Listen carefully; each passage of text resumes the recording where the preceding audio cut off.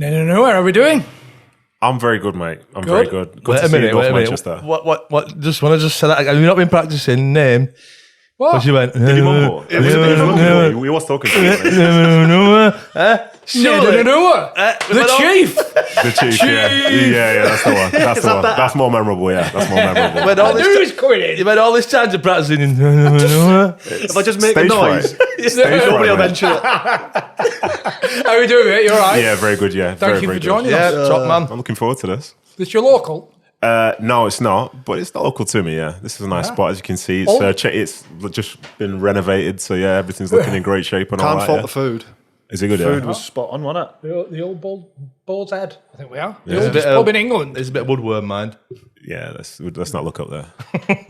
We're all good, we're all Well, good. thanks for joining us, mate. I'm looking forward to this, guys. I'm looking forward to this. This is going to be like closure for me. There's a lot of Yeah, stuff I've really? never said before. I think it'll be coming out today. Oh, Because you've Exclusive. you've got your own podcast as well I going do, on at the yeah. minute, haven't you? I do. It's not about me.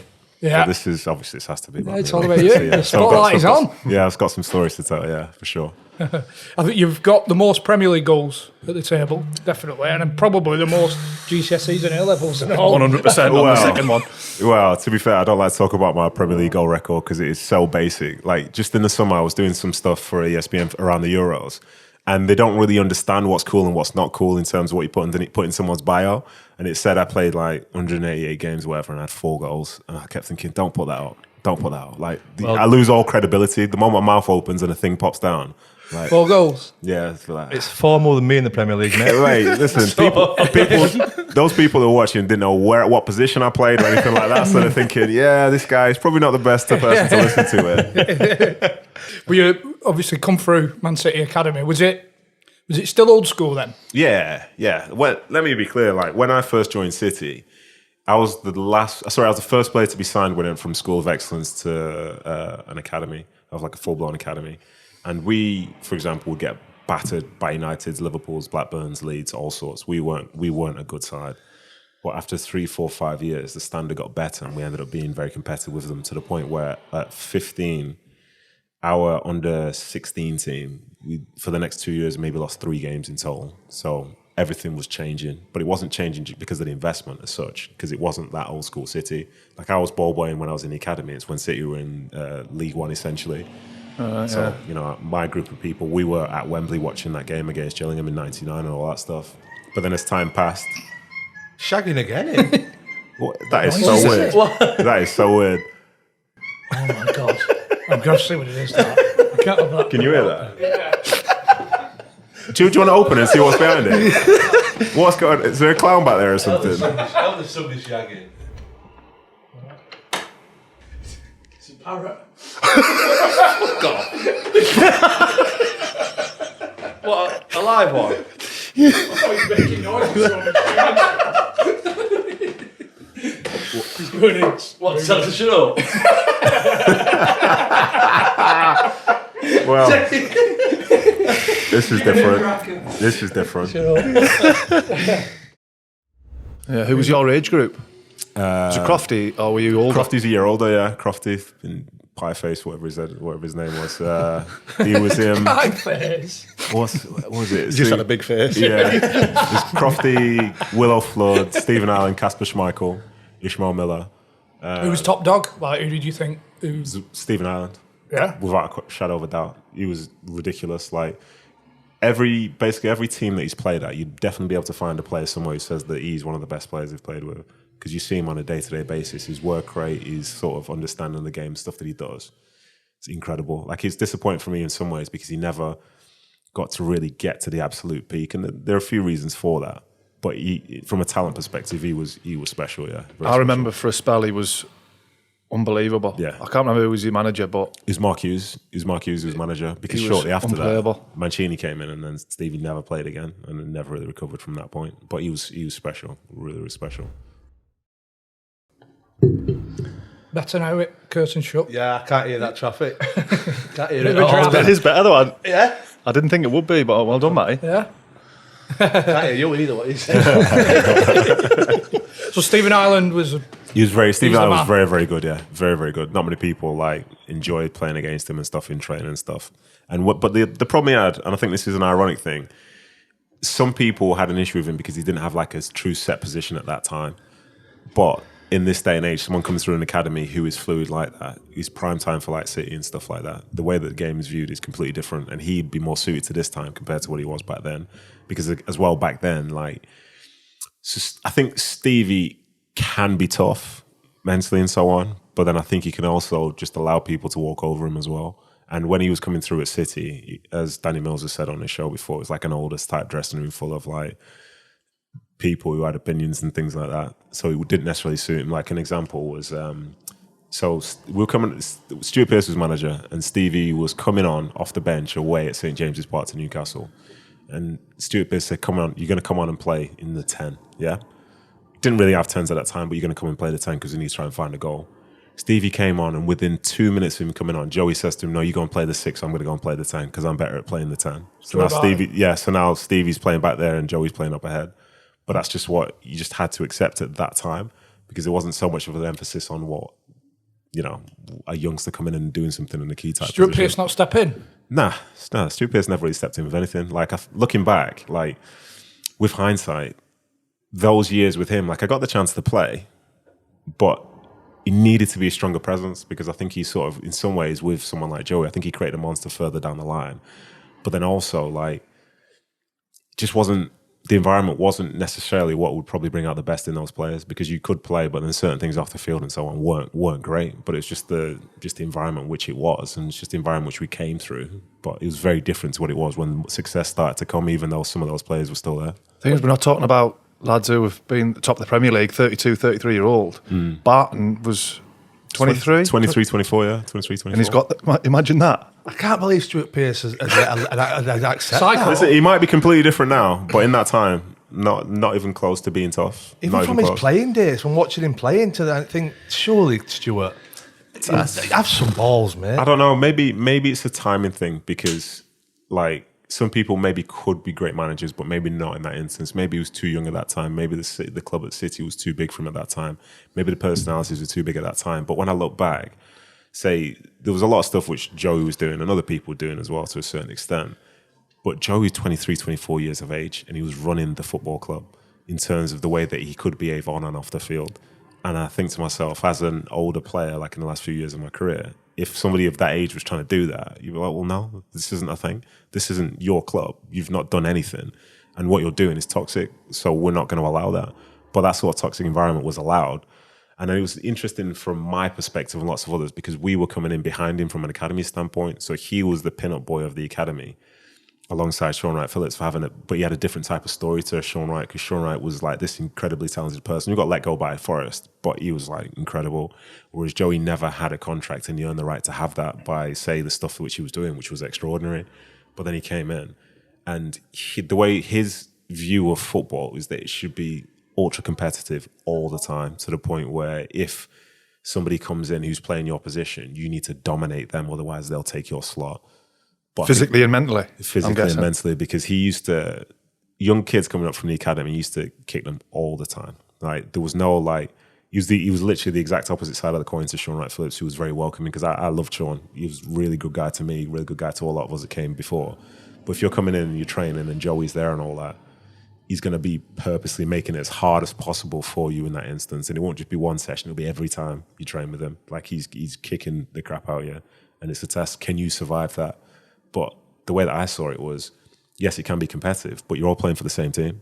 Like, if you find a way to get the best out of that player, then maybe you can benefit together. But instead, it was very, very hostile from the get-go. And I think he was the main person in that, because other people, you know, they're at different stages of their career and all that. But yeah, he was the main person that was doing that. And it made it hard for a lot of other people. And you've seen yourself, like, being young in an old dressing room, you kind of just have to be quiet and just accept the norms. But the norms then, they weren't right. And Stuart Pearce, in my opinion, didn't do enough to address those. And as a consequence, there was a toxic environment for a good few years, which affected lots of players who were around my sort of age. Well, the older players not going, what the fuck are you doing? Yeah, they would. That's the thing. They would say that. They would say that. But my big thing is that whatever the tone is from the club, it comes down from the manager. Because an older player can say to someone, stop doing that and stop doing this and stop doing that. But if the manager ultimately accepts what they're doing, then that's the environment. That's the culture. Like, the players can try and set the culture, but it matters more when the manager is saying, this is how we want to be, and he gathers players who want to buy into it. But again, with someone like Joey, he'd always pick his victims. I've just said there, he's going for younger academy people who are in his position, or he might go for like somebody foreign who's come in who's a bit timid or whatever. And he didn't because he knew he could dominate that person. And for balance, like Joey was a good player. I don't think he was by any means the best player I've ever seen, but he really, really believed in himself, and he tried and show that. Firstly in his play, but secondly in trying to dominate people and say, "This is me. I am this." Like as Millsy was saying on the show, how can I be playing with this person, this, that, and the other? But like the person's there. You know what I mean? Like you're playing with the person's there. Like, shit. Yeah, exactly. But that's how brazen he was, and I think that's because he knew that he was perceptually the heartbeat of the club, so he could say and do whatever he wanted. And Piercy was probably too scared to do anything about it because he'd become the villain. It's more likely that he'd lose his job than Joey. Yeah. Is he that good? Let's say.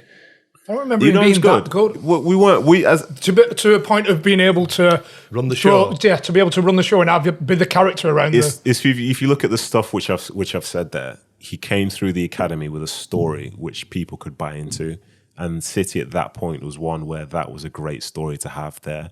Like he wasn't necessarily like, I had to make sure I got the info right here. So Joey had a great career because he played for a lot of years. He didn't necessarily have a great career because he had great success in terms of like trophies and all that stuff, but he had a mentality about him which he felt made him better than other people and so on. But when he was at City, we were buying older players who were towards the end of their career, so you weren't seeing their best. And they come into a club where the club doesn't really have a true identity. Like, we're all right, but we're not great. We're just an average team in the Premier League, at a point where the Premier League isn't like by far the best product in all the world anyway. So he was a good player in that because he had his story. He was competitive. He could pass a ball and whatever, but he was really competitive, and that's what the crowd wanted to see. That's what the crowd loved, because at that point, it'd been years since you'd seen a Kinkladze, or you'd seen in the Championship when we had like Bernabei and Berkovic. That was nice, but those days were gone. So they were looking for a different sort of style now to guarantee that they were stable. And he was homegrown. Exactly. So Joey fell into that, and as a consequence, he played well for the club. He was committed. Like you'd make a tackle, the crowd, like 30, 40,000 people going nuts. Like that's what the club was then. But now, obviously, you make a tackle now, it's like, well, just keep the ball next time and don't. don't Shouldn't be having to tackle now. Exactly, yeah. So he had a lot of power, but I think in my opinion, I think he misused it because he started to gain very, very strong opinions about himself, about the players he was playing with. And I don't think he brought out the best in lots of people who he was meant to be playing alongside and leading. And How was he with you? Do you know what? I'm glad you said this. Because he didn't really mess about with me, because physically, even though I was young, I could back myself, and I would back myself as well. But the weekend before, he had his altercation with Ousmane Darboe. Ousmane Darboe was a great guy, by the way, in my opinion, and the opinions of lots of other people. Like that incident itself, it came, in my opinion, because that day Darboe decided to kick him back. Darboe had been kicked relentlessly for the whole season by him. No one else was doing it, just him. Yeah. Was he centre mid by any chance? There you go. Centre mid, quite a calm guy, not too aggressive, you know what I mean? And that didn't suit Joey's worldview or how you can be successful in football. So he's going to take out on that person all the time. So he never really did anything to me. But on the Saturday before, I think that was the Monday, we were playing against Aston Villa. I remember this clear as day. And we used to beat Villa all the time, but we were at home. And we weren't playing well, and we were losing. In the first half, I kept seeing Joey go over to Stuart Pearce, kept seeing him go over. I was playing right back, kept going over. And I caught a couple of times, he went over and started looking at me, went over. Joey missed the penalty in that first half, and he was having a bad game. I wasn't having a bad game, I was just having a game. Half-time came, and I came off at half-time. And I was like, what's going on here? But I went off anyway. Game happened. And then I realised the only reason I went off is because he's told Stuart Pearce what to do in the game and who to take off and all this stuff. So on that Monday, we were doing a video meeting, I think, and I basically told him where to go. I said, as far as I'm concerned, you can have this sort of playing relationship, but you as a person, you're not for me. So don't bother speaking to me, because I don't care. This was Joey, not Stuart Pearce. This was me saying that to Joey. Yeah. This was on the Monday. I said, I don't care. Like, it's irrelevant, because I knew he did that. I knew he did that, and I thought that's dirty. And after the years of the stuff which I'd seen before, like I'd had enough. So then we did that training session or whatever, and then the Darboe thing happened. But he was very selective about who he kicked and who he spoke up to, because he knew some people would back it. And even though Joey is relentless and he would fight to the very bitter end and whatever, people he felt had a strong character or personality or strong presence, he never, ever went anywhere near them, would only go for the weak, which, not the weak, but the people who were perceived weaker or didn't have enough capital at the club to be able to say something or do something back to him. Exactly. So essentially, in my opinion, like, he was a good player, but overall, through that time, he was a bully. And what use is a bully in a team when you need everybody together to actually be successful? So do you think he would have been a better and probably more influential player if he'd have had a stronger manager who said, fucking, I'm here to... From younger, yeah. 100%. I'm running this club. You'll fucking shut your mouth, do what I tell you. 100%, yeah. He'd have probably been a better... Everything. Footballer, Everything, teammate, manager, possibly. Like, he believes in himself, which is something that not many players really do. Like, he fully believes himself. Like, I think when he was at City, he played a game for England. And this is the thing, like, this whole group of people who've had one cap for England, like, you can't really diss them unless you've had more than one cap for England. So I'm not trying to diss him, but, like, he played for England. He came on as a sub against Spain. I think it was at Villa Park. And when he came back, his words were, they're not very good, these players. The only good ones are Gerrard and Rooney. And you're like... Oh, so we're on about the rest of the England team. He is hammering the rest of the England team, but like he'd had one. That was his game. Came on sub. Yeah, but then the thing is, I'm like reluctant to come out and try and talk about the England cap situation because I never got one. But like that sort of self belief at times can, in my opinion, makes you sort of a bit delusional in terms of what the reality actually is. And so yeah, I think if he would have had a stronger manager then, his perception on the game would have changed. But instead, like I played with him again when I was at QPR, and now he's a more advanced sort of beast at that stage. Like he's still doing some of the kicking stuff, but he's got that capital again. But now he has really strong opinions about tactics, what's required to be successful. And this is the thoughtful Joey Barton era where, you know, he's more of a deeper thinker about this, that, and the other. But again, if you've seen him from that other part, it's very hard to buy into because you know that the foundation is still there. He's been on Question Time, hasn't he? Is he? Yeah, was he on Question Time? He's on Question Time. Fuck off. He was. Yeah. He didn't go well, but he was on Question Time. Didn't he compare something to pulling a bird on a night out? I think they were his words. He started reading and all that stuff, and he was more thoughtful about certain things, but he still had very strong opinions, especially about football. And he was adamant, this is the only way to do something. And if you didn't buy into that, you were the enemy, basically. And then, lo and behold, when we're at QPR, and essentially at the club at the time, we were a shambles for like 2 years. Like, things are going wrong more often than they're going right. So he has the answer. And if you're not on this side, then you're the enemy. Like, I'll never forget, he called Mauricio Isla and Eduardo Vargas, two Chilean guys. He called them bad eggs in the press. And they were two of the nicest guys I played with, but they were bad eggs because they didn't buy into how he thought the game should be played. Yeah. And he didn't like their personalities within it because, you know, as the years passed, especially like up at the highest level, there's so much diversity in thought and personality that it's not a case like I always felt if you want a true English sort of perspective of football, you might find that in the lower leagues because there'll be more people who've been raised in the same sort of manner, but up at the top, there's so many people from different countries, different parts of even the UK who've come up through different academies, different systems, and like that diversity makes people strong. But he was adamant, this is the only way it can happen. But it wasn't, and he never got, in my opinion, the best out of the people that he had around him, even when he was captain. And that leads me to something actually. Tell me what you guys think about this. This was one time in particular. We had Harry Redknapp as manager. In fact, this is a two-parter. But we had Harry Redknapp as manager, and we were playing a 5-a-side tournament, 4 teams, yeah? And whoever finished at the bottom had to do a run, yeah? So this is Joey Barton as captain. He was on my team with a Delta Rapt and a couple of others, and we had a shot which was going in, but Bobby Zamora saved it with his hand on the line, so it's a penalty or whatever. Adele takes the penalty, misses the penalty. So Joey's fuming now, yeah? Fuming. He said Bobby should have been sent off. This is in a 5-a-side. He said he should have been sent off. The rules are the rules, Harry. Yeah, he said he should have been sent off. I'm like, probably not. Don't think I've seen many Reds in training, if any. But what does he do? He walked off the pitch and refused to carry on in the session. But we, in the rest of the team, we had to play a man down in this game. We ended up losing, finishing bottom, and we had to do the run afterwards. But he was on the side refusing, out of principle, that Bobby should have been sent off, and there's no way that like we should have lost that game because of it. But he was the leader, he was the captain, and that's what he did. And then it's like fucking I'm taking my ball home. That's what he can get that. He can get like that. Like for all the positives that he had, like he can do that as well. But with that instance, like I'll never forget, Kevin Bond was on that pitch and he saw it. And when the session was finished, there was like this sort of like just silence over the training session because everyone knew something had happened, yeah? So we're waiting for the response. So Kevin says to Harry, like, oh, what are you going to do about that, Harry? Harry says, oh, I never saw it. Come on, Harry. Harry, What chance have we got, man? I voted for that fucker in Jungle. What am I doing? But he literally said he said never saw it, so that's what it was. So that was on a Thursday, and then when Saturday comes, he's doing like Joey's doing a team talk and say we're a band of brothers, we're all going to stick together and all this stuff. But you're like, And then he's done that. Did on you do the runs?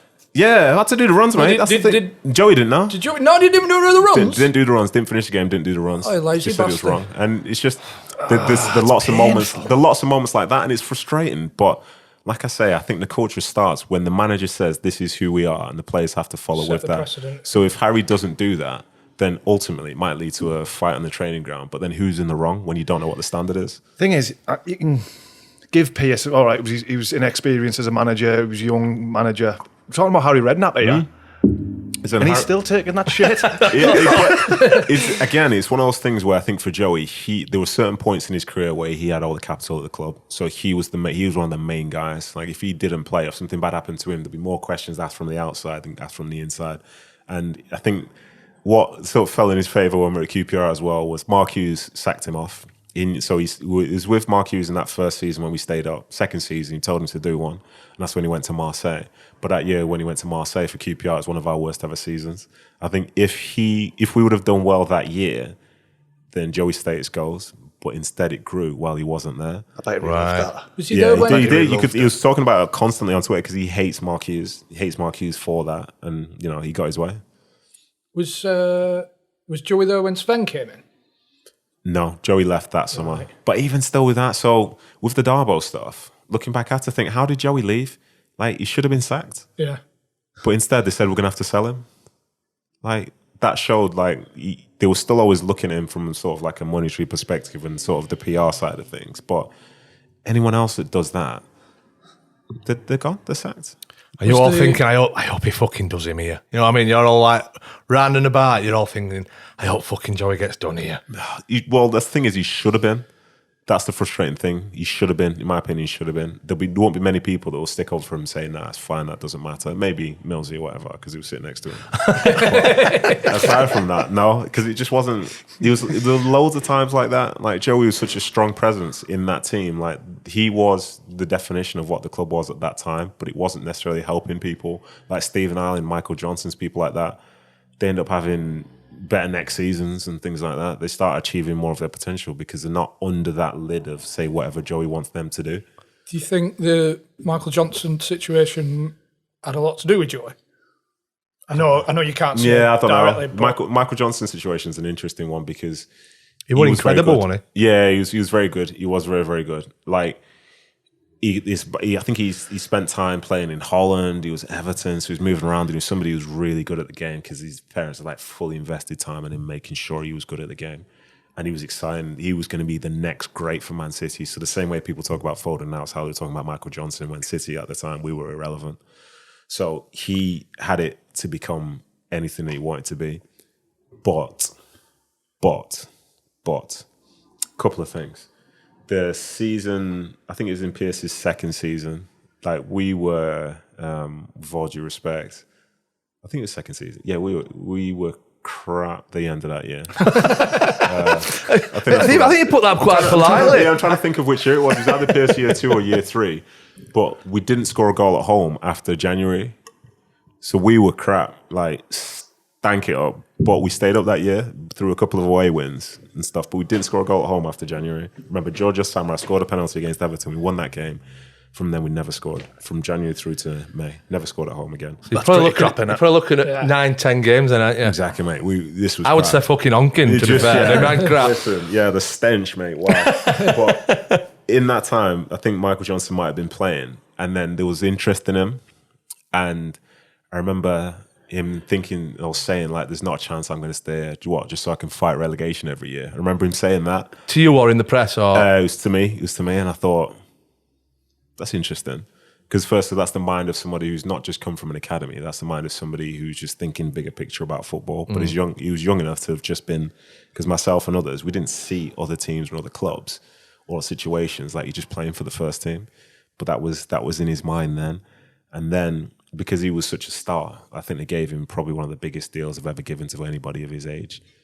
But I think a day or two, is that the parrot's just eating? He's just having his dinner. Dinner roast on. I think, and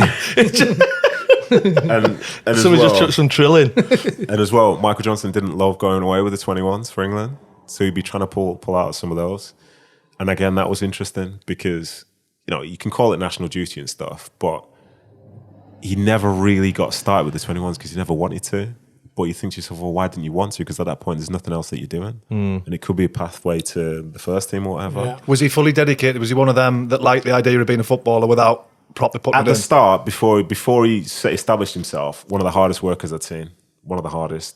But then, he got this deal, and literally 2 days after he pulled himself out of training, said he was injured, and from there his career was never the same again. He had a pelvic issue, but I don't know. We can talk about the mental health side of just football and sport in general, but something wasn't there anymore. I don't know if it was the case of not having the drive, but there were times when he'd say he'd be injured, but he'd just go on a bender or stuff in Leeds or something and then call into the physio the next day saying he can't make it. But then you could have made it if you just stayed in your house, which was 10 minutes away from where the training ground was.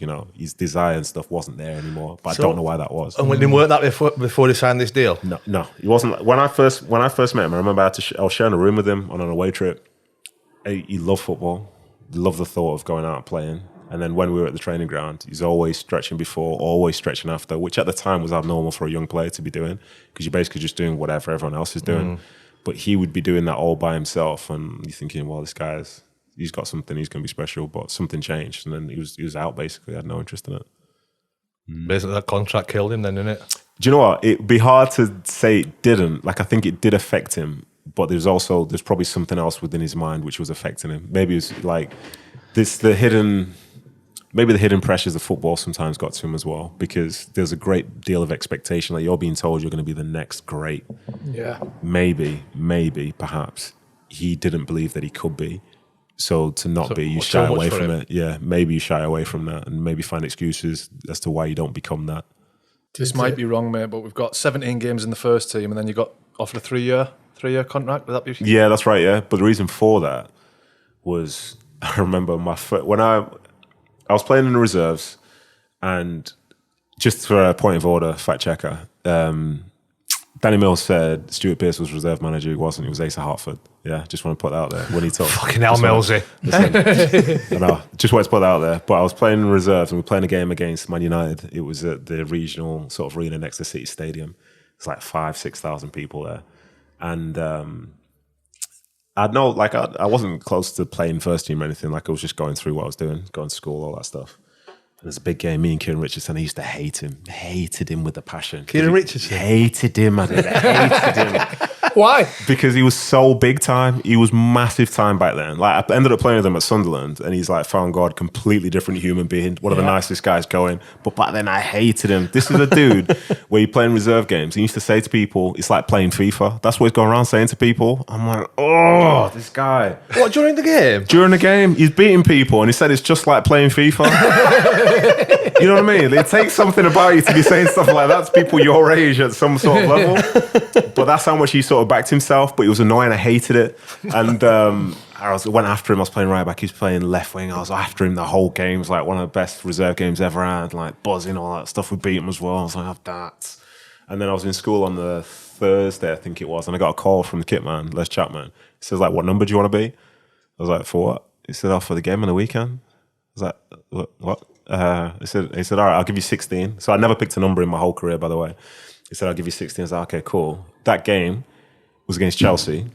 I was on the bench. It was 2004, 2005. Nicolas Anelka scored a penalty.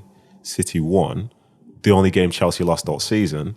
But I was on £80 a week at the time, and the win bonus was $12.50 a point. So that was $3,750 into my pocket when I was in college on £80 a week. I was the king. Sack them fucking books off. Yeah, I was king of Manchester, mate. King of Manchester. Getting your school bag. But that's the thing. The deal that I had in place wasn't one which was based around me being in the first team. It was like an academy pro deal. Yeah. So then shortly after I made my debut, turned 18, and I was on like £400 a week or whatever. But a £400 a week player that's played 17, 20 games in the Premier League doesn't quite add up. Yeah. So the deal came in, but then even still, it was a more basic sort of like younger person's deal, because at the end of the day, I'm a defender, so they don't really want to invest too heavily in you, do they? But still, it must have been nice at that age to be being accredited for what you've done and with a new contract. Yeah, 100%. But at that time, you tended to have stuff whereby if you play 10 games, you'll be in negotiation. If you play 20, 30 games, you'll be in negotiation. So it was staged to the point where objectively you had to be doing well. Because if you were playing, you were doing well. Do you think they might have learnt a lesson with Lado? Johnson, I think they might have done, because his deal was exceptional in terms of the timing of it and everything, because they thought this is going to be the next great. So they went all in on it, like literally all in, and they didn't do that with anybody else. Like, no, don't get it twisted. Like, you can, in fact, what do you think about this? Yeah, complete sidebar. Yeah, in football, when have you made it? When do you think you've made it? Is it when you've played, say, 50, 100 games, or is it when you've got enough money to be able to change your life circumstances for you and your family? Fucking hell.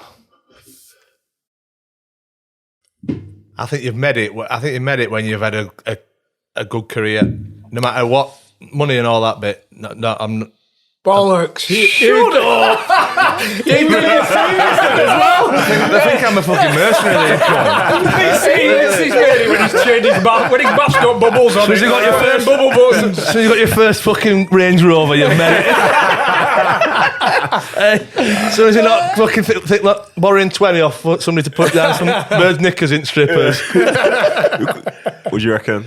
I think you personally, you've made it about the money. If you make enough money to look after you and your family, Yeah. Because there's lads in League Two could have played 600 games, and have they made it? Of course they have. They've had a fucking career. But that's the thing, though. That's like, I think that's turned into more of an old school type mentality, because there's more money involved in football now. And when you play, you're playing as a professional.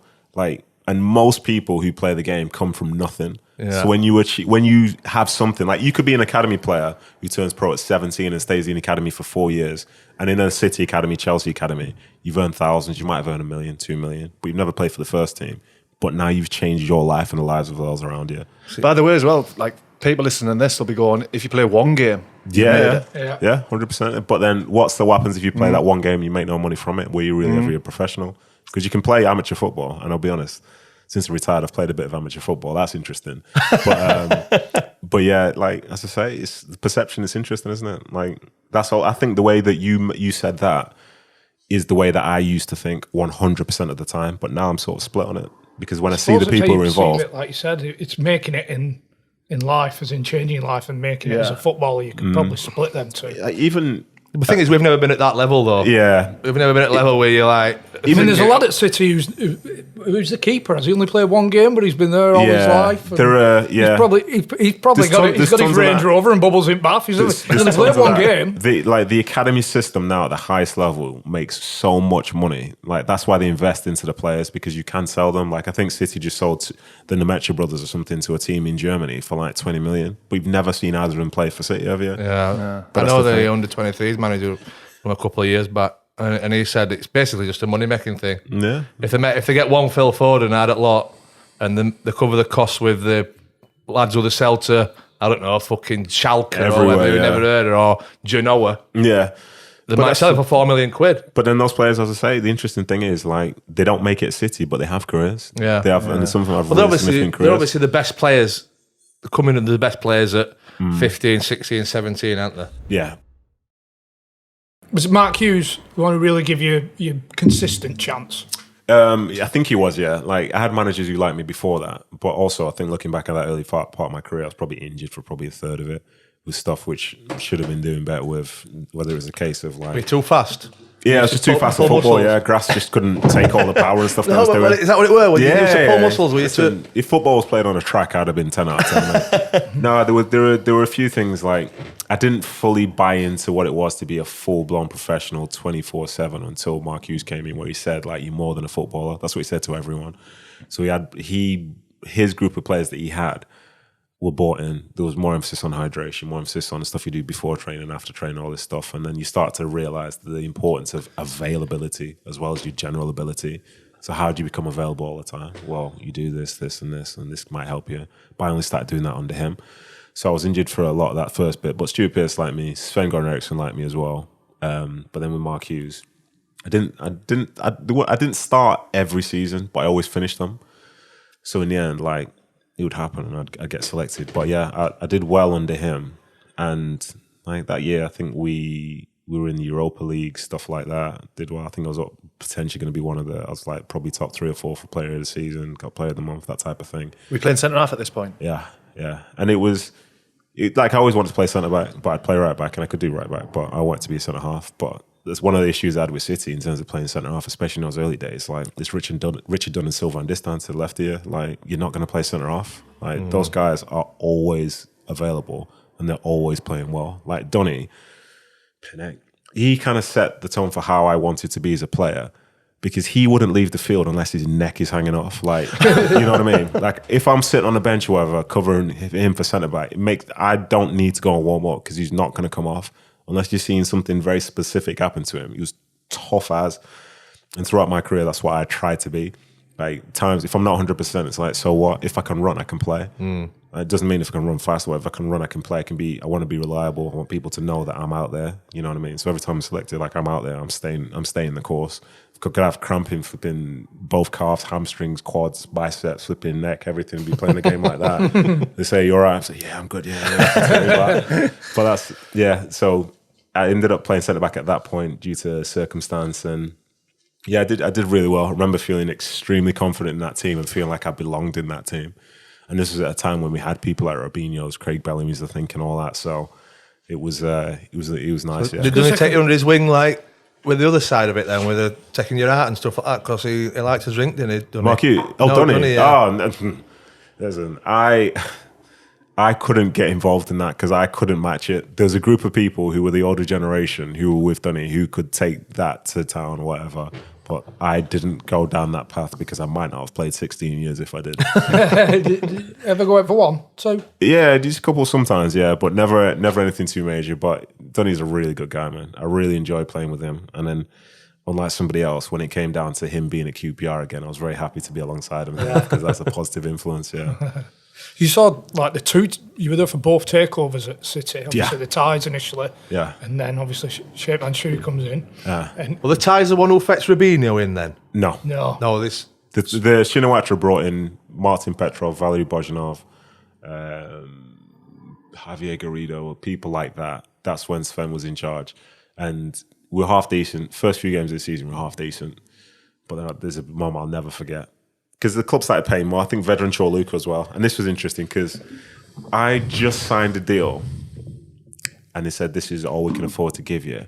Then 2 days later, they had a buyout. The club got bought and they had more money available and signed someone that was playing my position for like twice the money I was on. I thought, timing. This is why they want to rush into it. But so I will leave that there. But we were half decent that season. At the start of that season, flying. Elano was in. Number 10, delightful, what a player. And then we were heading to Chelsea and the talk was, have Man City arrived? Is this the new City? Are they going to do it? And we had this Sergio Tacchini like tracksuit. I think it was like shiny black. So we kind of looked the part, but then also a bit cringier. But we're going down to Stamford Bridge. These are established. It's going to be a big game. Are City going to do it? I think we lost 6-1. And he's like, well, Matt draws that one to a close. We were nowhere near it. Near it for the rest of the season. I think we probably finished just about mid-table. And then Shinawatra is getting investigated in Thailand. His assets are being frozen. The club's now in turmoil. And you're like, okay. Well, that didn't quite go the way that we wanted it to. But yeah. Are you just thinking at this point, just look after yourself, look after number one? All this bit of a circus.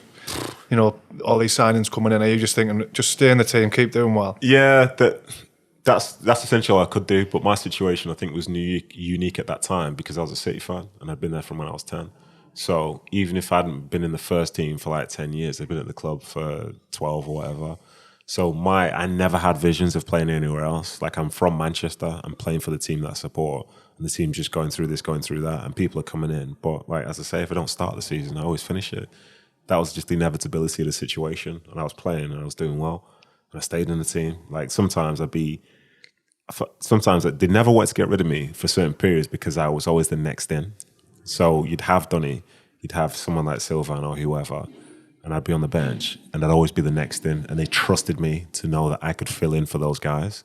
So they've got a perfect replacement. Really. Yeah, not going to cause no fuss about not playing. Yeah. Like if I was the one after the next in, then they probably would have tried to get rid of me. But they trusted me to be the next in, and you always need a next in. Because I ended up playing 20 games for most seasons or whatever. But it was never the full complement. But I was always like, the suspension. They've got no issue whatsoever in putting me in because they can trust me with it. Which must have been quite a nice feeling as well. It wasn't. Not obviously not you want to be playing, but you know that there's a chance you're going to get in. And I knew it. Oh, listen, it all changed after Mancini came in. But before that, I knew I was going to get in. Like even the season when I played the most for City was like I got played like 31, 32 games. But that was in a 50-game season. So even then I was next in, but I still got 30 games. Yeah. But like I say, Mancini came in. So do you want to get into that? We do, yeah. So as these lads took over now, who's in now then? No. That was Shinawatra one. And then we went to the start of next season, 2009, I think it was. I'd played in the under-21 championships in Sweden, came back late, went to South Africa, did pre-season late with them. Season started on fire. They're bringing in... Who did it bring in? They brought in some good players anyway. Season started, transfer windows about to close. Like everybody else is sitting in the living room, watching Sky Sports News, wallop, City get taken over. You're like, okay. Next thing, Robinho's there on his way over. And then it happened at night, that? Yeah, and then the windows closed. I remember seeing City fans outside the stadium with the flipping Arabian get up, say, we're the richest club in the world and all this stuff. It's like a dildo night, was it? Everything was going, but I was thinking this is really weird, but also really interesting because of the timing of it. Yeah. Because the squad is the squad. You can't bring anyone else in, but the squad's now got Robinho. And what's Robinho doing playing for Man City? Because he should have been playing for Real Madrid. So the mentality started to change at that point, and it was almost like a countdown to the next transfer window because we're getting linked with every single person possible because they have so much money. Sorry, mate, with the changes at the club as well, because how many times do you see, club's been taken over and we're investing 200 million, we're investing 5, and nothing ever happens, and it's just next minute they're going bust. And everything changed. Like one of the credits I have to give to the City ownership is the fact they changed the infrastructure as well. They made it much more solid and sort of like technically sustainable. Like I remember a point where there was an international break, and so I couldn't play 21s anymore, so I was just staying about training, but half the squad were on international duty, maybe more, and they turned this one level space into a brand new gym with a mezzanine, and they did it in 8 days. And it literally went from they went from a 3 out of 10 to like an 8 or 9 out of 10 for the space. Incredible. So you're thinking then the real deal is? Yeah, 100%, because they're doing stuff like that when they don't have to, but they understand that that's an important part, because for the players who are at City now, they can be unhappy about whether they're playing or not, but they can't fault the facilities that they're in. They can't moan about that bit. There's nothing, you can't moan about that experience, and that's been the case for a long time. Do you remember that first day, like Robinho being there and... It's just surreal. Like, why is I can't imagine he like the Manchester weather. No. He pissed it down all the time. Let's be clear, for as nice as Manchester is, it's not Madrid. But yeah, and even like I spoke to Nigel de Jong about this actually. So he came in that January, and in my personal opinion, that season was when City had the worst kits as well. So we're this team that's got all this money, we look at shambles.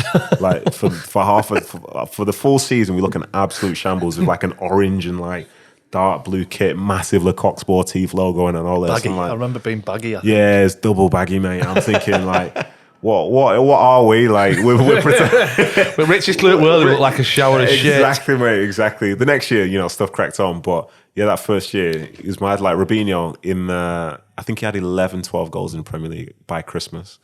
So he was on fire. He was doing stuff which I hadn't seen before. He was special. And we also had Alano at the same time. So when we were rolling, like we were nice.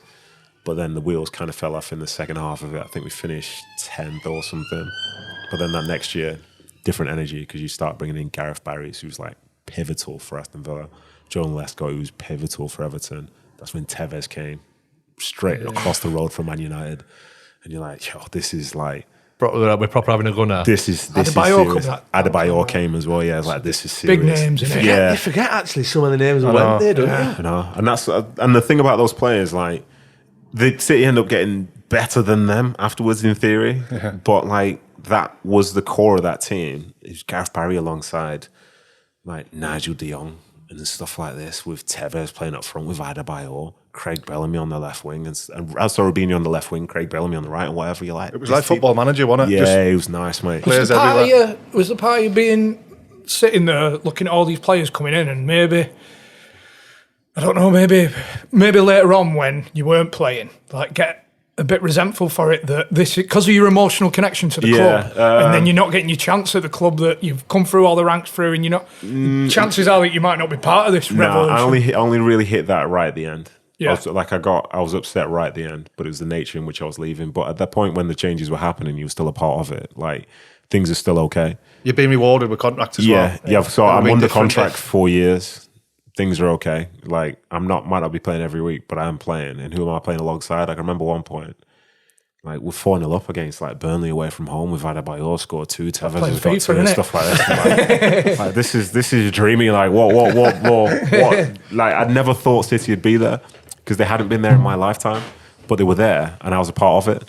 You know what I mean? Things were looking up, things were progressive, but then obviously you could hear the talk like this guy's coming in, that guy's coming in, but you couldn't control that. And in terms of money, I was being paid well, and I was always the guy where like money's not coming out my pocket if it goes to somebody else. Like if I'm being paid well, then that's fine. Irony behind that.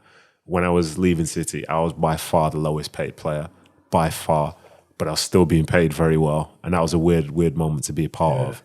But as I said, well, this is football, and my status within the team as somebody who came through the academy meant that this is where they sat me because they knew that I ultimately wanted to be there.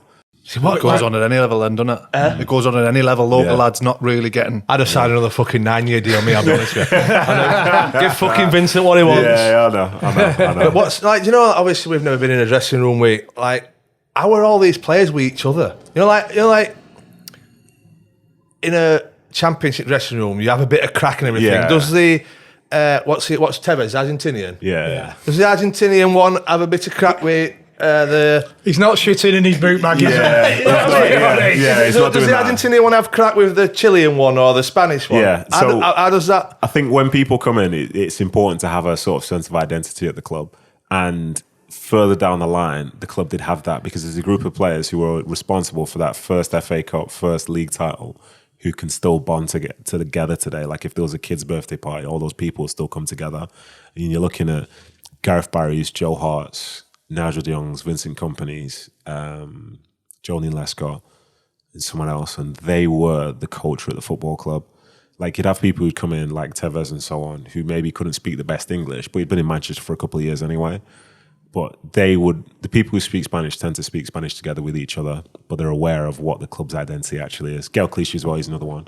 So within a multicultural dressing room like that, firstly, you win all the time, so it's obviously easier. Helps, like, doesn't it? Helps an awful lot. But like, there's solid people, and at City, one thing which they get right, or they've gotten right over the past, say, 5 to 10 years, is they don't just recruit talent; they recruit personality.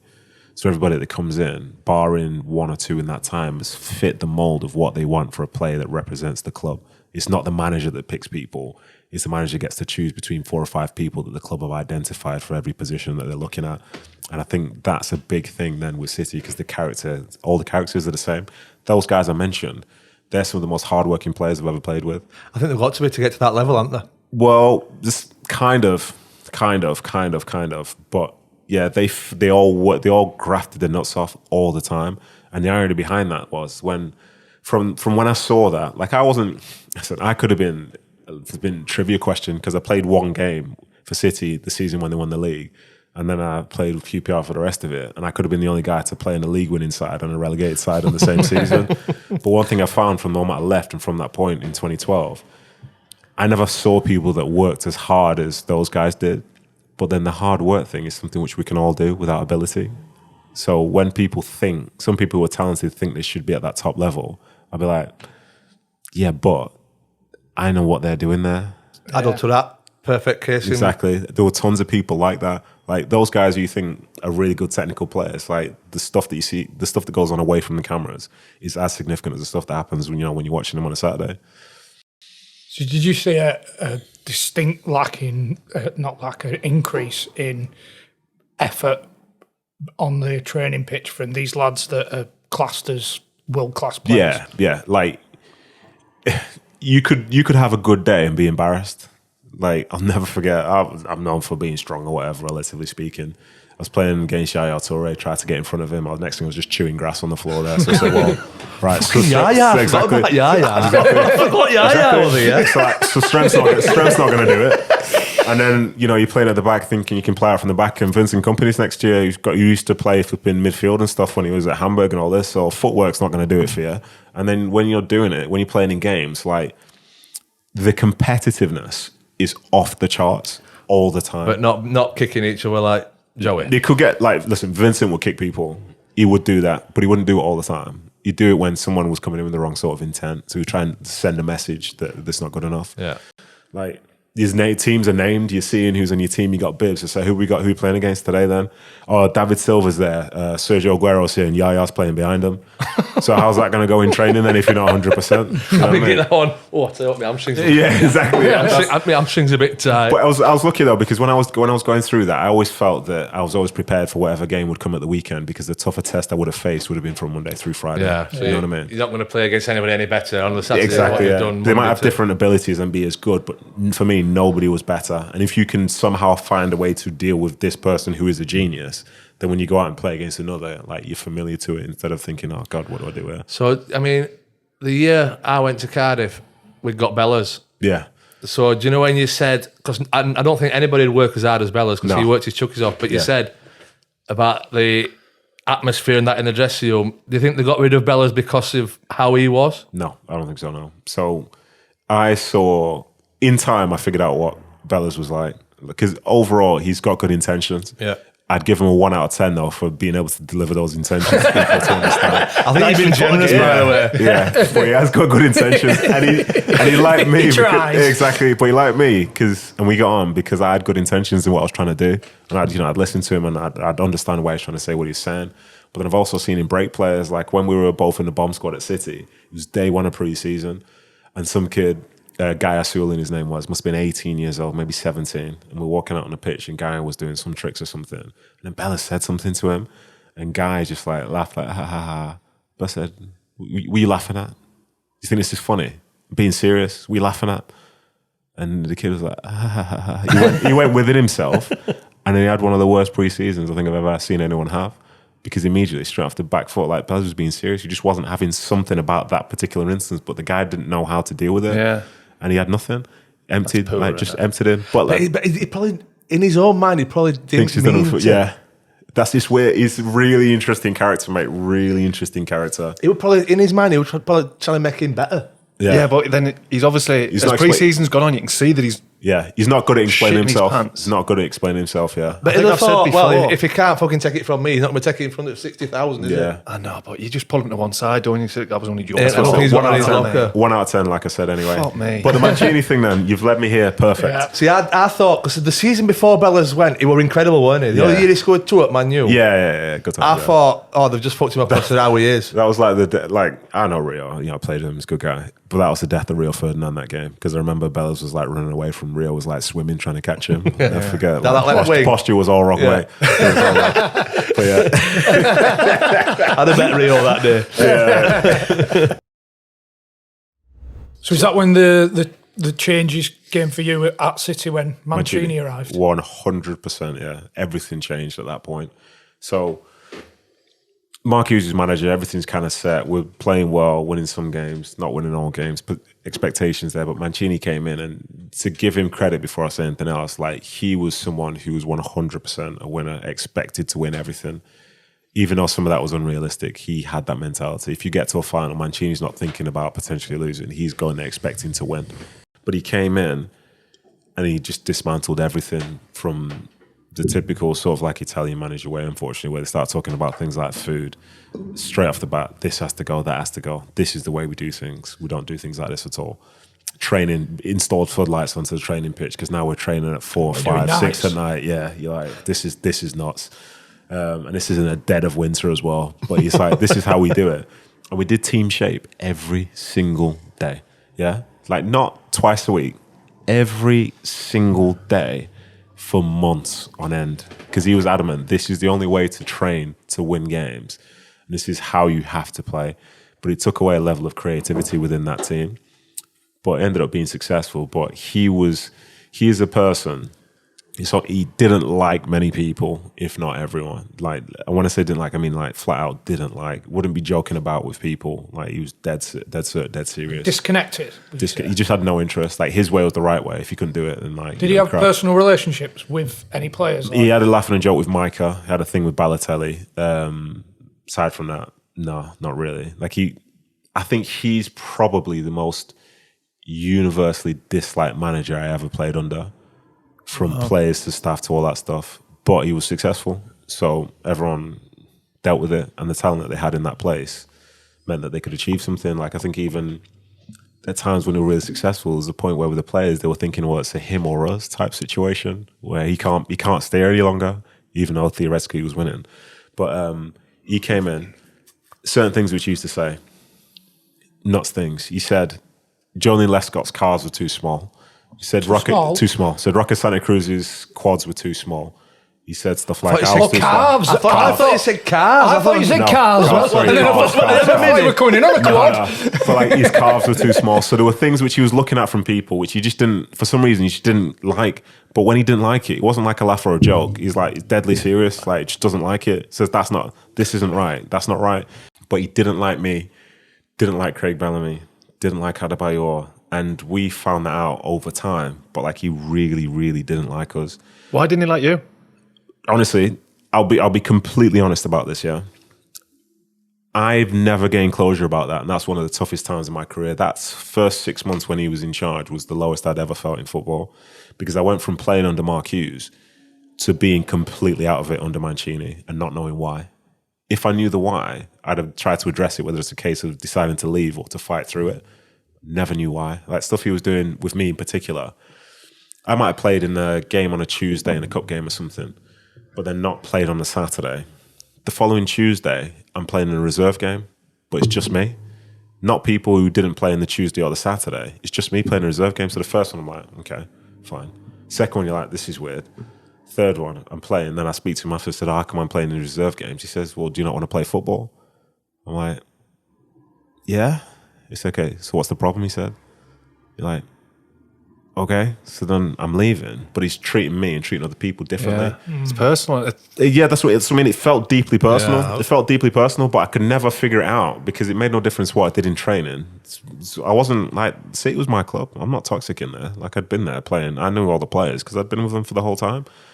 But it turned into, at that time, it almost felt like, for me personally, it was more of a dog-eat-dog type environment. So me struggling mentally with trying to cope with what was going on was the least of everybody's concerns because they were trying to survive this new manager who'd come in and wanted to change everything.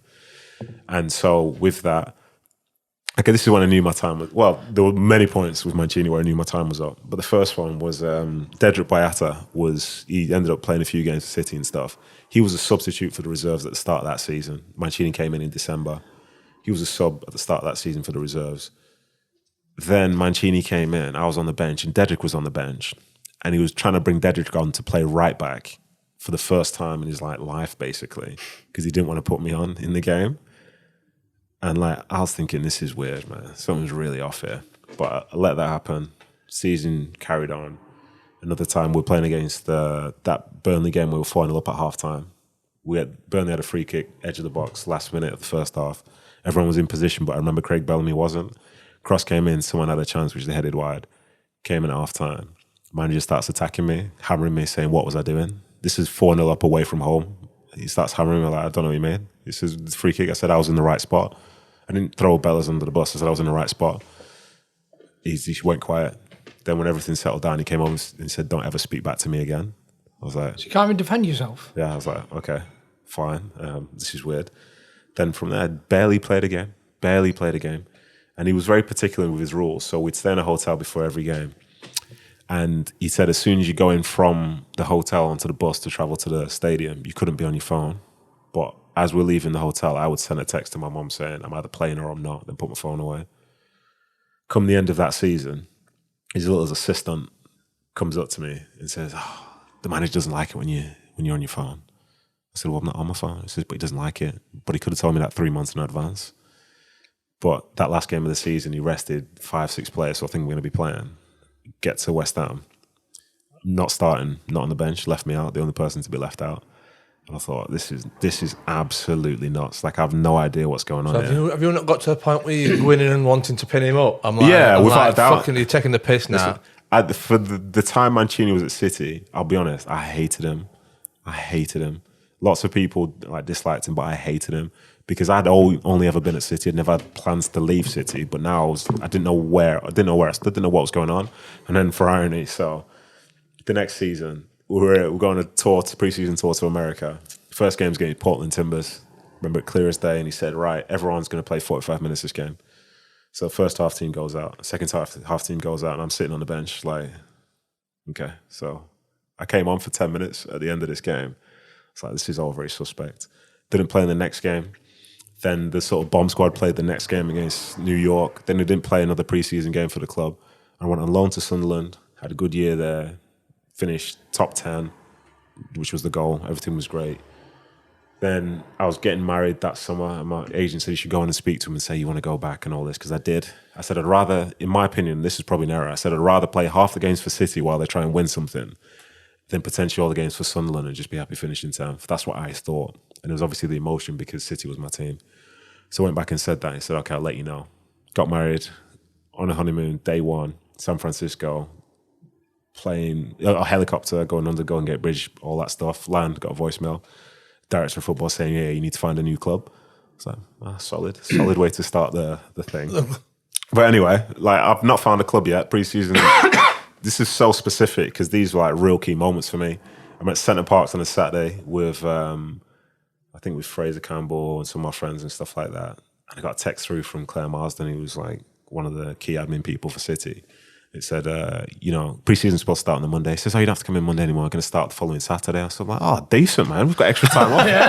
I was like, book that swimming pool for Thursday. Yeah, we're fucking staying. We can extend this. This is class. Then I said, hold on a sec. Let me text Mike and see if you got the same one. He said, no, I'm coming in on Monday. So they came in, trained Monday through Friday. And then we came in on the Saturday after they'd flown to America. And then that was me, Adebayor, Bellamy, Wayne Bridge, I think maybe Roque Santa Cruz were training with basically under 16s for the whole pre-season. And again, I'm thinking to myself, what have I done to deserve this? Because, you've seen yourselves, you can separate players, but when it comes down to it, you can sell a player that's still training with the first team. You don't have to push me to the side if you want me to go. Yeah. Speak about it a lot, don't we? Exactly. And at the end of the day, if you're bringing in someone from the academy just to fill up a space, surely the training session isn't where it would be if you had first team players in it. Yeah. You're talking about Adebayors and Bellamy's and stuff like this, who in that time, if they were the first team, would have been competing because it's pre-season. At the very least, that's the time when they'll compete the most. So anyway, we did that pre-season, nuts, playing against local teams in Manchester and all this stuff. It was bizarre. Then they came back. And how long have you got in your contract here, man? How long have you got left? 2-3 years. So there's no it's not inevitable that I'll be going wherever. But they came back and we were still training with the academy basically, but across from the first team. And then as time passes, it gets closer towards the end of the window, around this sort of time now in August, he put us back to train at 3 PM. And it's the 3 PM so that we see nobody from the first team when we go into work. So again, my head is spinning it. I'm like, what is going on? Because all I was doing was just training. But we'd finish training sometimes and go and just sit and watch the first team. So now he said, no, I don't want them around. So I'd do that. And I'm thinking, I have to be leaving. Deadline day comes, my agent's speaking about a few clubs and so on. But again, that reference point, sat in front of my TV on deadline day, watching the screen, waiting for my name to come up. And that day, naively, I said bye to everyone and packed my boots and stuff in a bin bag and said bye. Oh, you've not already winged it, have you? Right, lads, I'm off. Mate. But I didn't, thankfully, with the Odemwingie thing, I never went anywhere. I just stayed in my house. But I remember feeling sick that night, thinking, I've got to go. Then the window closed and oh my God. So I've got to go back in now and say hi to everyone. So I went back in, carrying my flipping boot bag, which must have been Mancini's worst nightmare. And then ironically, in the next 3 days, there was going to be a Champions League game, which was City's first ever against Napoli. And I was in the squad.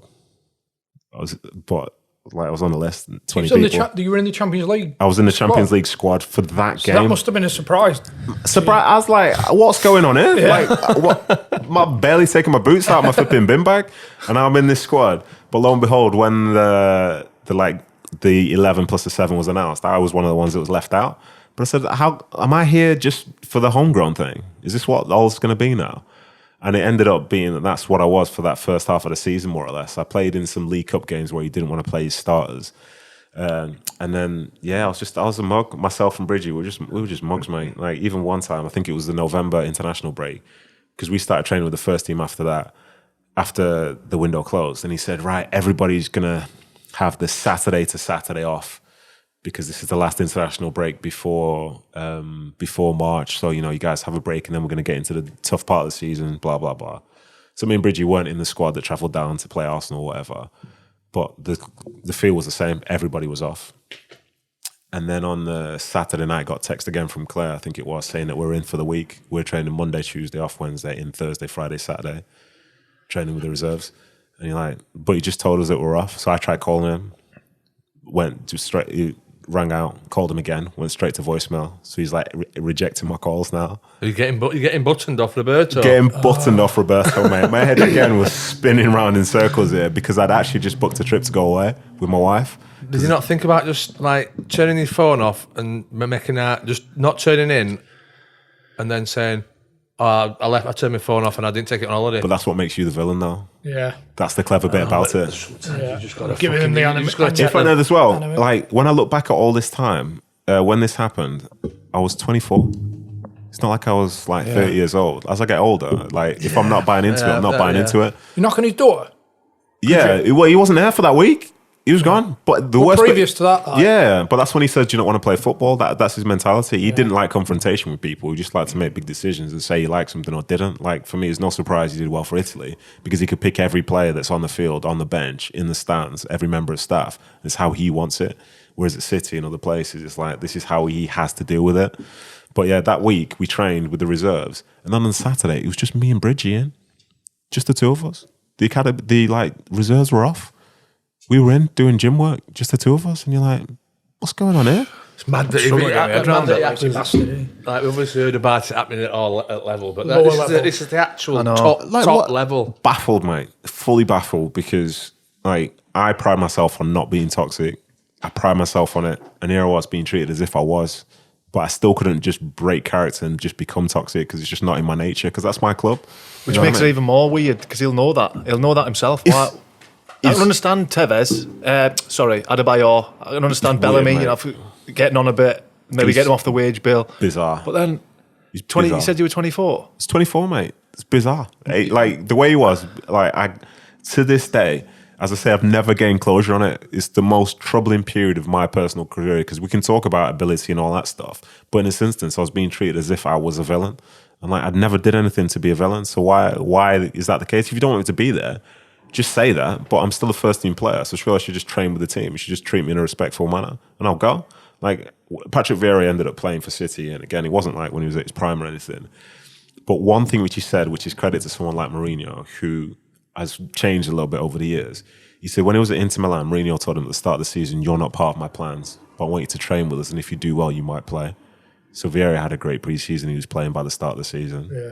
Put the ball in his court to prove himself. That's fairness. And that's all you wanted. That's it. That's fairness. If I don't play, then still treat me the same, whatever. But I've said it loads of times. It's just on a human level, not even a fucking managerial player level. Just on a human level. If he was a better human, in my opinion, he would have stayed there for longer and been more successful. But he's also the guy, for example, who said to the team one time when Yaya Toure wasn't playing, they lost the game, and he literally gathers them all after the game, says, "You guys are nothing without Yaya." But he's saying that to Tevez, Aguero, Vincent Kompany, David Silvers and all this. But he's saying it with all his chest, though. With all his chest. Doesn't care. Like, when he wanted to be spiteful, he's spiteful, he's done. It's a bit of Di Canio syndrome, Might be Italian thing then, eh? Yeah. It wouldn't surprise me. Like, even Craig Bellamy, so he had a significant knee injury when he was younger, so he would never train 3 days in a row. next thing Mancini says, if people don't train 3 days in a row, they're not going to play at the weekend. It's just what it is. Deal with it. Playing a 3-day game, are you? Yeah. Right. But it's like, it's literally a way for him to manage himself, to make him available for as long as possible. He says, no, if you can't train 3 days, you're not involved. Yeah, you had a good relationship with Balotelli? Yeah, it's like a sort of like father-son type thing. It was weird. How was he? So Mario, looking back, firstly, he was very young. He was 19 when he signed. And he was very immature in the grand scheme of things, but he was like a young foreign player in a league which maybe didn't necessarily suit him. He had a big personality, but he wasn't first choice at City because he had Tevez, Aguero and stuff like that. But he had all the confidence in the world. Like, dude would get tight when he'd say to you, I am as good as Messi and Ronaldo. And he's like, well, obviously that's a joke. And you might start laughing, but he's being deadly serious. Like, that's how confident he was. But he's being like deadly serious. And it seems daft. Like, come on, the guys have scored like 300-400 goals. You know what I mean? It's like, so like I'm as good as them. But he, in terms of the time at City, like he did well. He stepped up in certain times, but he wasn't the main man. He wasn't close to being the main man. But Mancini brought him in not because I don't think City really scouted him to come in, but Mancini said he wanted him specifically. So his talents were there on a one-to-one, sort of like in training, incredible. But then also there were times when like Mancini would take him off maybe at halftime in a game or something, and Mario would be like crying in the toilets. And then Mancini's going to the toilets to check up on him, make sure he's okay and stuff like this. Crying, yeah. Like that's how emotional and stuff he could be. And the two of them could be like, I thought you were going to say it all the way, and he was fucking throwing his boots about. And no, he's crying because that's the thing. He was young. He's young. Like he's young and he's emotional. Like he loves the game, but he loves it to a point where like stuff like that can be normal. Like, you ain't crying. If you're a 19-year-old in England or whatever, you ain't crying. You just have to suck it up and shut up. You know what I mean? Were you playing the pre-season game when he's just back-heeled it out? Well, believe it or not, I saw that on TV because I was playing under 16s at the time. Oh, but thanks for bringing that up. But yeah, that's the way Mancini reacted to that. Yeah, the way Mancini was reacted to it, says, you know what I mean, gave you that and substituted him and all this. Like, they would have had a discussion afterwards to like explain it and figure it out. But the difference is for him, like another example, because Michael liked him.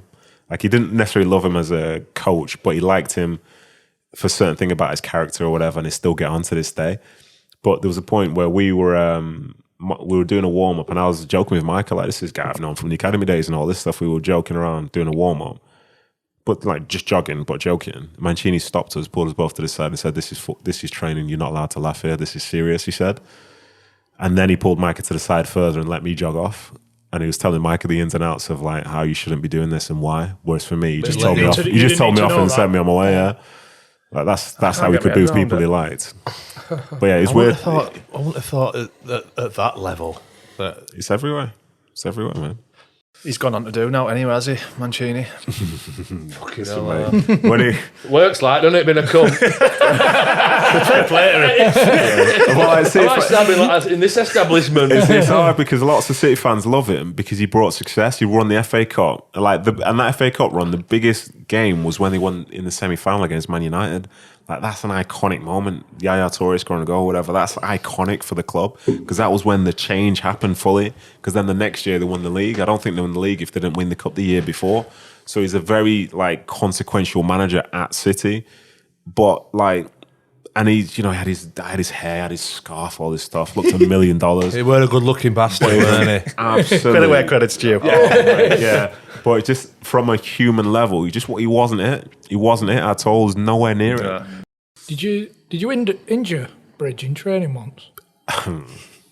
So I didn't injure him, but he got injured when he was snowboarding, and we had to, So Bridge got injured when he was snowboarding because that's what he used to do. He used to go to a chill factory in Manchester, which was probably 10 minutes away from the training ground, and he got injured in that. And he said to me he needed me to like pretend to injure him in training so they wouldn't get into trouble. Imagine that, just like walking through chill and Wayne Bridge is there with his snowboard.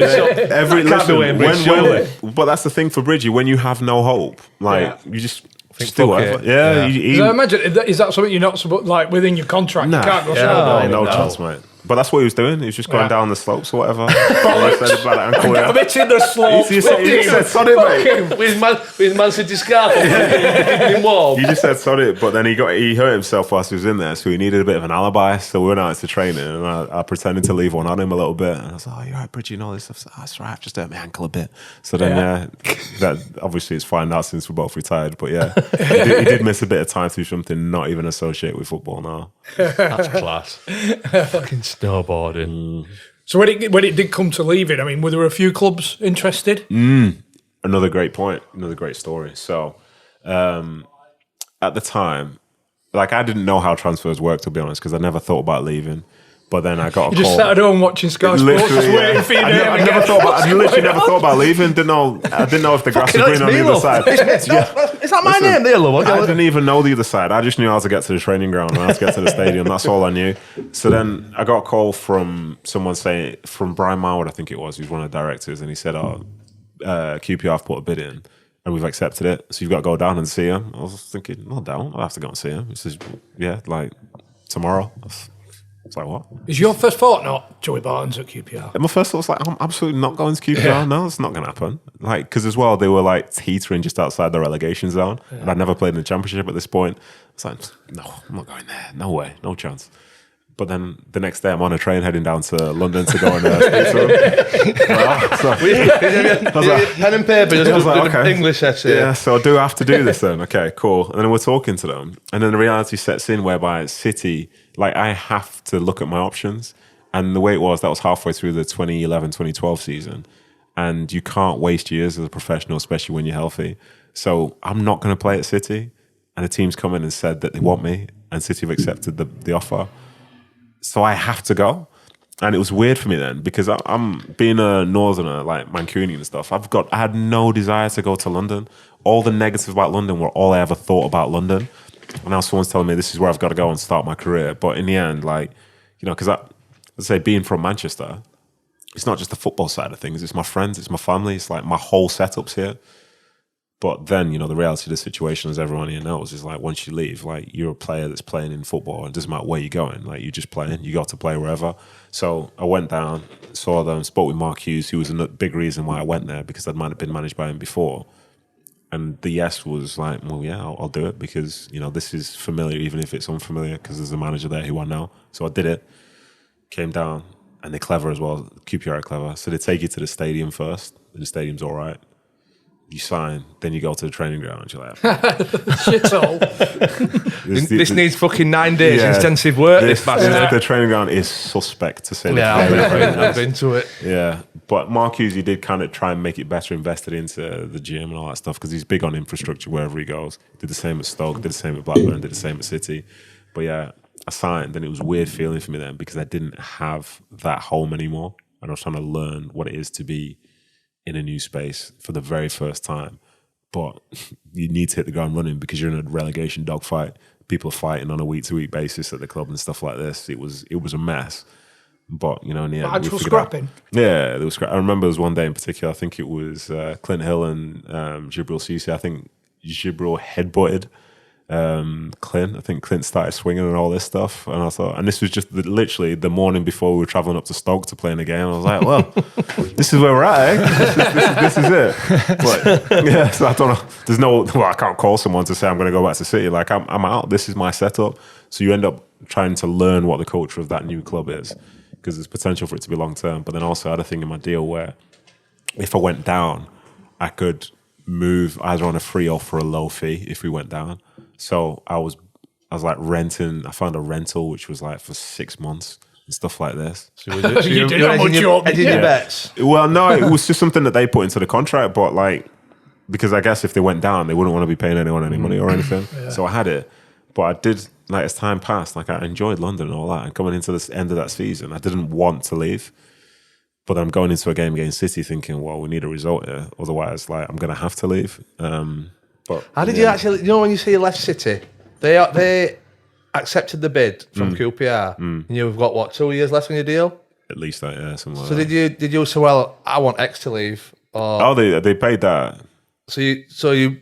There's just like this is the value of the contract, and that had to be paid out for me to go elsewhere. Like the QPR deal that I had, like I'll be honest, it's I look back at it in a really like funny way because it set me up for the rest of my life, but it kind of brought an end to any sort of true career progress that I could have in my situation. And the reason I say that is because that was with a particular agent, but there was another agent who said I could have gone on loan to Everton, on loan for 6 months and then signed permanently, and that's what I wanted to do. But I went to Brian Marwood and asked if it was real, and he said no. But it turns out he lied to me. Oh. Right. So, yeah. And being Everton at the time was like David Moyes' Everton, solid as a rock, like, you know, top 8 or whatever. Yeah, and I fancied Still that. at home. Yeah, and I really fancied that, but he said it wasn't real. So I thought I had to do this. And being the time I was young, it's my first. So Brian Marwood's a prick and all then. Listen, you said that, and I'm not going to say anything else after it. I'm just going to let that just ring out. Make of that what you will. Yeah, exactly. It's Is he still there? He's still there, yeah. Is he? I saw him for the first time since then the other day. It was really weird. It was at a City like golf day, and like it was weird energy as I was walking towards him because I was trying to think, do I hate you? Or do I thank you because like I'm comfortable now? Is it because of you? You know, You thought you would have said, "Do I headbutt you?" Oh no! I couldn't. No, not a charity golf day. No way. Plus he's fucking 73, bless him. Yeah, exactly. But he's an interesting one because again, like I think he just fobbed me off because he just wanted to get me out, or whatever. But he could get you out, couldn't he? Yeah. It was weird. Like looking back at that time, I wish I would have been older when it was happening because I would have dealt with things in a different manner. Yeah. I would have said, well, no, I'm going to stick here because I know this thing's on the table. But at the time, I felt I had no leverage, so I had to do what I was being told. You know that last game at City? Yeah. Obviously, the Which one? Aguero moment.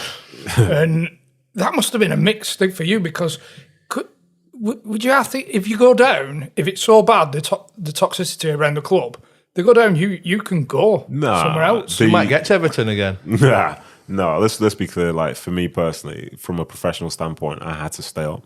You know what I mean? I wasn't playing for City. I was playing for QPR, and that's all that mattered. Staying up because in that run, we had the chance to stay up because in that second half of the season, we beat Arsenal at home, beat Spurs at home, beat another big team at home, and then beat Stoke in the last kick of the game the week before. Like that's the goal that kept us up that season. So you're involved in that level of emotion around every game being a must-win. You have to win this. So we're going into that last game with a chance to do it. And if it didn't work out for me, like, bearing in mind, I don't think I hate him now. I don't think, but I hated him, Mancini, back then. If they would have sent us down, I'm getting sent down in my home stadium, my old home stadium, in front of the same fans who used to like sing for me, by my friends who have been really close to because I've been at the club for so long, in front of the manager who told me that I'm not good enough to play for his team. Yeah, that's a bit of pill, innit? I'd have been like relegated in front of everything that's familiar. That could have been the lowest point of my career. Like I couldn't write a lower moment. You know what I mean? So yeah, it was one of the maddest days going. It's probably the most nervous that I ever was in my career because I was worried about the outcome of everything going wrong. And it was likely to go that way because City was so good. You know what I mean? Like I saw it firsthand and I knew the difference that all those players could make.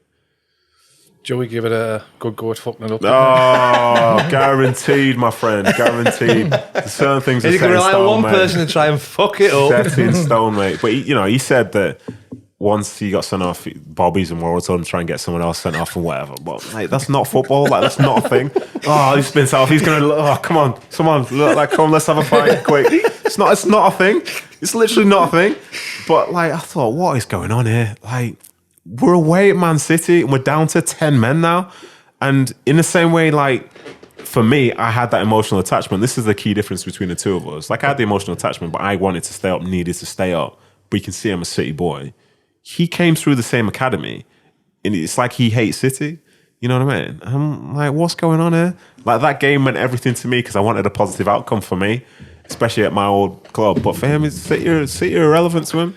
Completely irrelevant. I'm like, all right, fine. What did he do? Was it Aguero? He give a yes, dig in the ribs. They need somebody. Yeah, it's Aguero. Mate, it's mental. But then after the game, like, I remember I was really salty because he never apologized for it. But the reason he never apologized for it, which has come out in recent times, and this is where again him and I completely veer off here. He said it was wrong that people were celebrating finishing 17th. That's what he said recently, yeah. And I think to myself, I've learned even more so recently why it's a big deal to finish 17th. Because for some of the players that played in that team, that's the highest they ever finished in their careers in the footballing pyramid.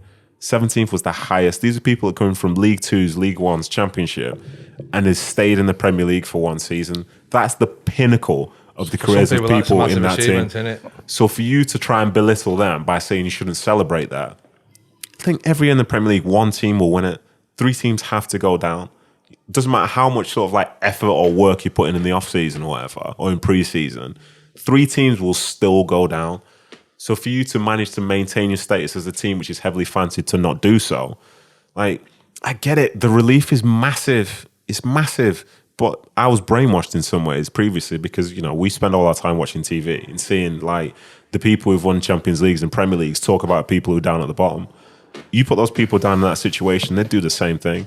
And the big difference between, say, City and QPR at that time was after the game was done, we were in our dressing room and I got invited over to the City one and I went over to congratulate him, whatever. But there were beers in our one at QPR and there was champagne in the City one.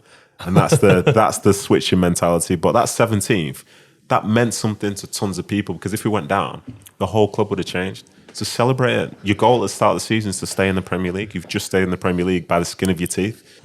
What were the atmosphere in the changing room like with Joey? Did anybody like say, because if Bolton had won that yeah, it would have been done, yeah. You'd have been down. Yeah. And he'd put you down to 10 men. So one thing which he's got on his side in some ways is that he's fortunate. You know what I mean? Yeah. That side of the story isn't written, but it's similar to the same way with City. The worst football they played that whole season was in 15 minutes before they scored the second and third goals. They were nonsense. We were 2-1 up. And speaking to Jolie Lescott, like him and Vincent Kompany were taking turns coming forward and having shots from 30 yards out. That's what one of the most skilled sort of like teams in English football history were doing. That's what you reduced them to, really. Exactly, yeah. And it's because, like, don't get me wrong, we had luck along the way, but that was an unfamiliar situation for City because they've never won a title before. You know what I mean? So they can't just be smooth with it. That was as big a day for them as it was for us. But when we look back, because they've won so much, it feels like it was just a normal sort of business type day. But it's not. That was a huge occasion. Did no one pull them up on it? Was there nobody like, what are you doing, dickhead? You've nearly sent us down.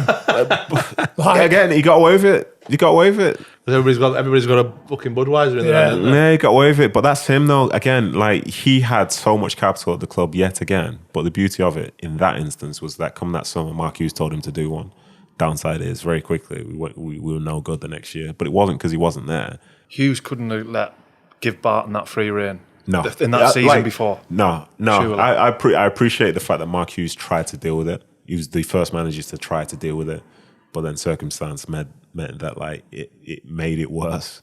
Because then, as I say, he came back when Harry was manager and then he with all due respect, he took the piss out of Harry completely.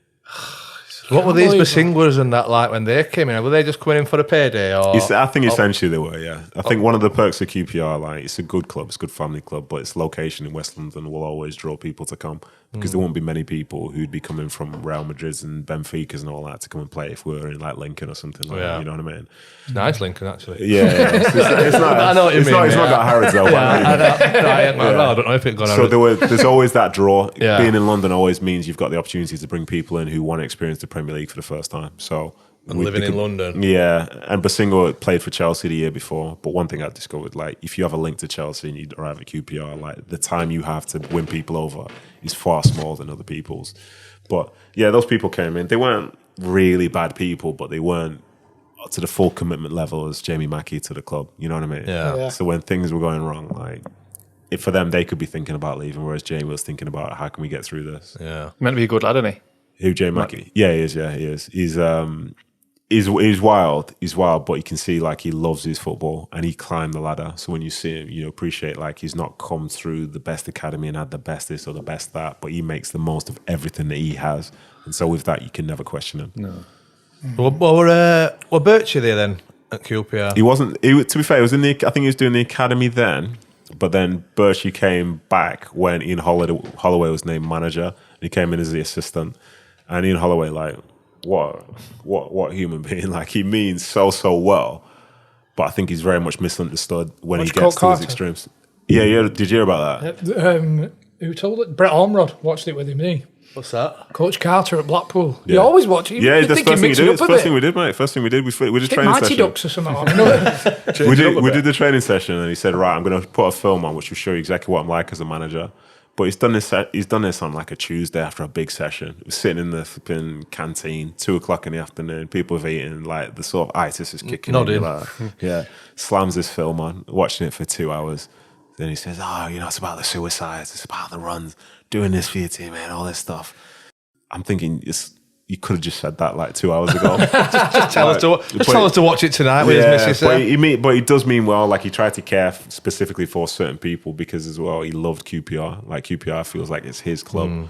He's very passionate about it. He's like nearly brought to tears sometimes when he's talking about it. But then in some ways that ended up being a weakness because he felt like he could get emotionally attached to something when he didn't need to.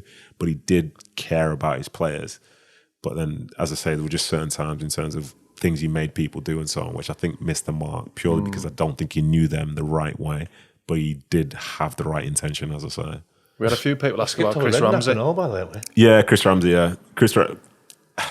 I've had so many managers, honestly. Like Chris Ramsey, again, was an interesting one because he came from like an academy background and you can never take away the fact now that he's managed in the Premier League. But the timing of it, I don't think was right because he had ideas and stuff of what needed to be done. But I think some of the ideas should have been like just less specifically in sort of like youth football. I'll never forget this. So I was suspended for when his QPR team played against City away and we were going to get relegated if we lost that game. And his strategy was to go and press Man City at the Etihad. Lost 6-0, got relegated. God bless you, Chris. Yeah. God bless you. That's nuts. In some ways, you respect the fact he said, this is what we're going to do, but it just didn't marry up to what it was to be like in a men's football team. And with that, it meant that people were very reluctant to sort of take certain things he was saying seriously. That and, how about this for a tick? Before every game, he would always get his iPad out. And on his iPad, he'd be watching EastEnders with his headphones on. So, yeah. So he'd be in the dressing room. Yeah, before the game. So, like, you're in the dressing room, people are getting ready and all that stuff, and he's literally in the corner, whips his iPad out, and he's watching EastEnders. Like, it seems like it's a complete joke. I understand why he'd be laughing.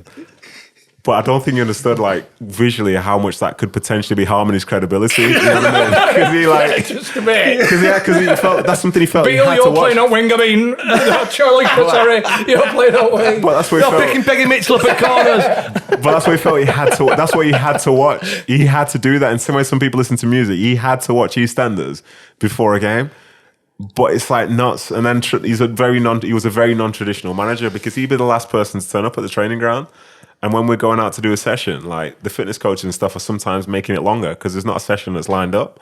So it's those little things, those little details, which sort of like hurt his credibility massively. But like by the end, he'd calm down on a lot of things. But during, you're like, you're killing yourself. I can't back to train yet. There's 10 minutes left. Yeah, omnibus. Somebody omnibus. I've had a flashback as well. So when he'd be going to games, he always had a green goalie bag, which used to just hang over his shoulder like a satchel thing.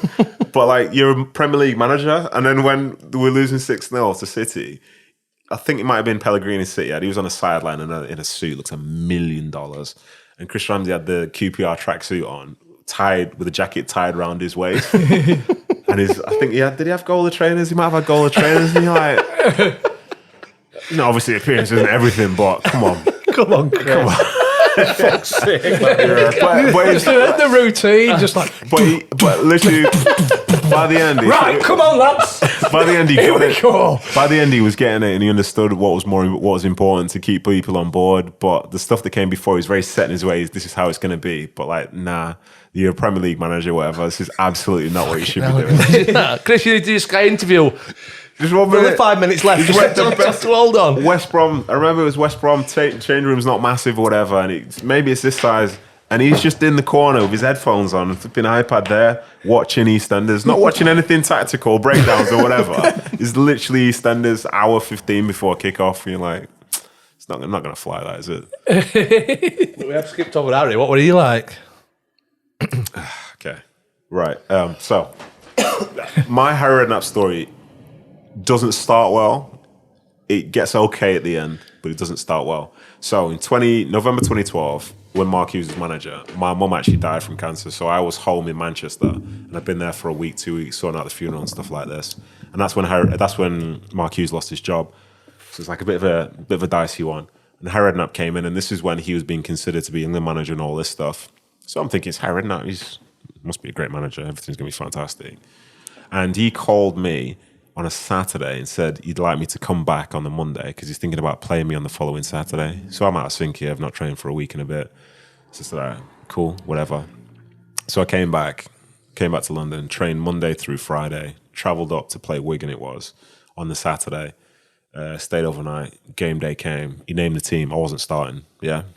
Named the bench, I wasn't on the bench. So I'd been at home and then I came down, did that, he left me out very first game. So I was like, well, that set the tone. So I know this is him No as a conversation person. about it? No, so this is him as a person now. This is just, because I was a bit older then, so it's all right, fine. This is it. And but mark my card, this is who he is. So I didn't even stay for the game. I just got off because I wasn't there for that. But then as time passed, like when he first came, we were a bad team, and he hated being there. He'd be on the sidelines, just kicking the ground, kissing his teeth, saying it's like, oh, this is rubbish and all this. And I thought, this is the guy who's been brought in to try and keep us up, who's meant to be a motivator. He hated us, didn't really do anything tactically. And then as games were passing, the only key thing he'd say, oh, get the ball down and play. He'd always say that before a game. Then when you start playing, if it's risky, he says, "No, stop playing, just get it to Bobby." You just say, "Get it to Bobby, get it to Bobby." That's all he used to say. And I thought, it's like Mike Bassett, isn't it? Yeah, I used to think this guy's doing however many Premier League games. I used to think because he must have been good at some point because lots of people speak very well of him, but we didn't catch the best of him in that early stage at QPR because it's like he didn't want to be there. Like, a dude was like toxic as well at certain times. Like Ali Fowlin was a big player for the team, big player for QPR, like loved by the fans. Midfield, midfielder. Argentinian midfielder, yeah, loved by the club. What a human being. And when I first came, he had a bad knee injury. The next season came, we were playing against Burton Albion I think it was when Harry first came in 2013, playing against Burton Albion. And what Harry does, he will like make 11 changes for a League Cup game and then not really put anyone strong on the bench, lose the game, says, well, we need more money, we need to buy more players, all this stuff. He's one of them, he's prime for that. Always underprepared for those games, and then lo and behold, we'd lose. Oh, fancy that. But we had one, and we were playing against Burton, and Ali hurt his knee, and we lost the game. It was a bit of concern, whatever. We got on the bus, and the fitness coach went up to Harry, and he said, I think Ali will be okay. I think, he's hurt, but I think he'll be okay. To which Harry said, oh, that's a shame. That's what he said about this guy who'd had knee injuries in the past. Turned out that's a shame that he's going to be okay. That's what he said, yeah. That takes a special type of human to say that, because you can not like someone. Not especially in a good way, neither, man. You can say you can dislike someone as a player style, but that's health. That's different. But he said that, and it turned out Ali had hurt his knee badly again. He was out for another 9 months or so. And he said, that's a shame. And that just rolled off his tongue. That's who he was at that time. So we'll get through that. We go down that season, and the next year we win the championship. And he has a knee operation himself, so Steve McLaren's in charge. That's a shame.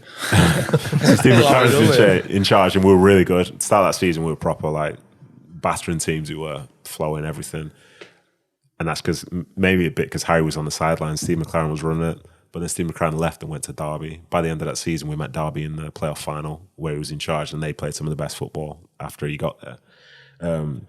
But we struggled that season overall after Harry came back, but we just about managed to do it. So again, you have that positive feeling going into the next season. And in fact, with Harry, someone asked him a question, what were you thinking when there was a minute to go in that game? And he said he was thinking about which golf course he was going to be a member at because he thought we were going to lose the game. That's what our manager thought from the sideline during the game. He came out and said it. It's like, Harry is so funny. But I'm like, yo, that's our manager. You know what I mean? Fuck off, Harry. Yeah, you know what I mean? But we went into that next year, and then that's when he got fully Joey'd, because Joey Barton, he wanted to play a particular formation, and Joey Barton says, no, it's not going to work. He brought in Rio Ferdinand to play 3 at the back and all this, and Joey was like, nah, you need 2 sitters, or you need 1 sitter. It's not going to work. So he kind of sabotaged him for the whole pre-season. Got to a point where I think Harry really resented Joey.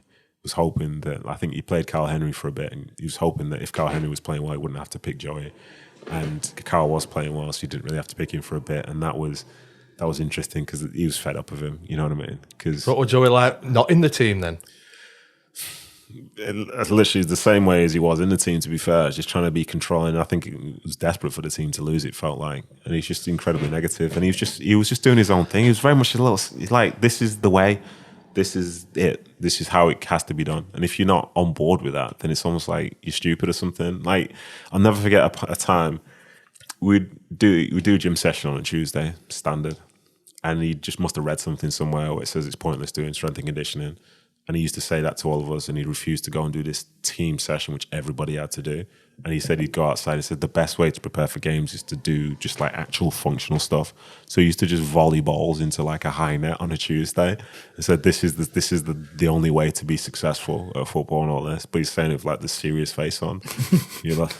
So you'd be in the gym, and you'd just be looking out the windows, and it's like a high netting thing. He's just like volleying balls like at this like a 12-year-old. Yeah, but it's like okay, that's pretty weird. But it's like so I'm pretty sure like strength and conditioning is a significant thing just in sport in general, but sure, if you want to say it's not involved.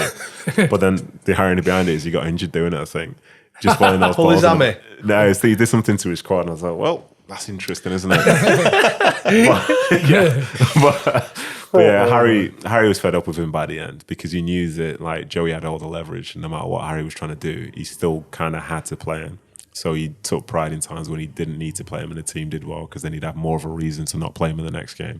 But Joey had the capital, because again, with Joey, as I say, he was a good player, but timing is everything. And he gained a level of fame and notoriety on things like Twitter to the point where most people followed him, knew him as a personality over him as a player. So there were always bigger conversations about him because he always had an opinion. He was more than happy to share it all the time. So you said your relationship with Redknapp was okay by the end. What? It's just because like it's the United front, because I didn't like Joey, he didn't like Joey. You know what I mean? there were certain things that just unite people.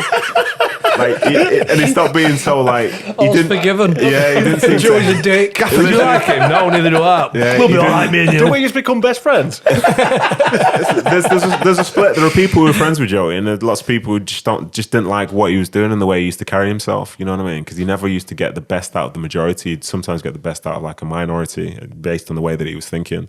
And there were lots of people who would sort of fall in between that. And, you know, he's probably watching now, complaining, saying, lie, this, that, and the other. But that's the reality of the situation. I don't think he was clued into people's perceptions of him.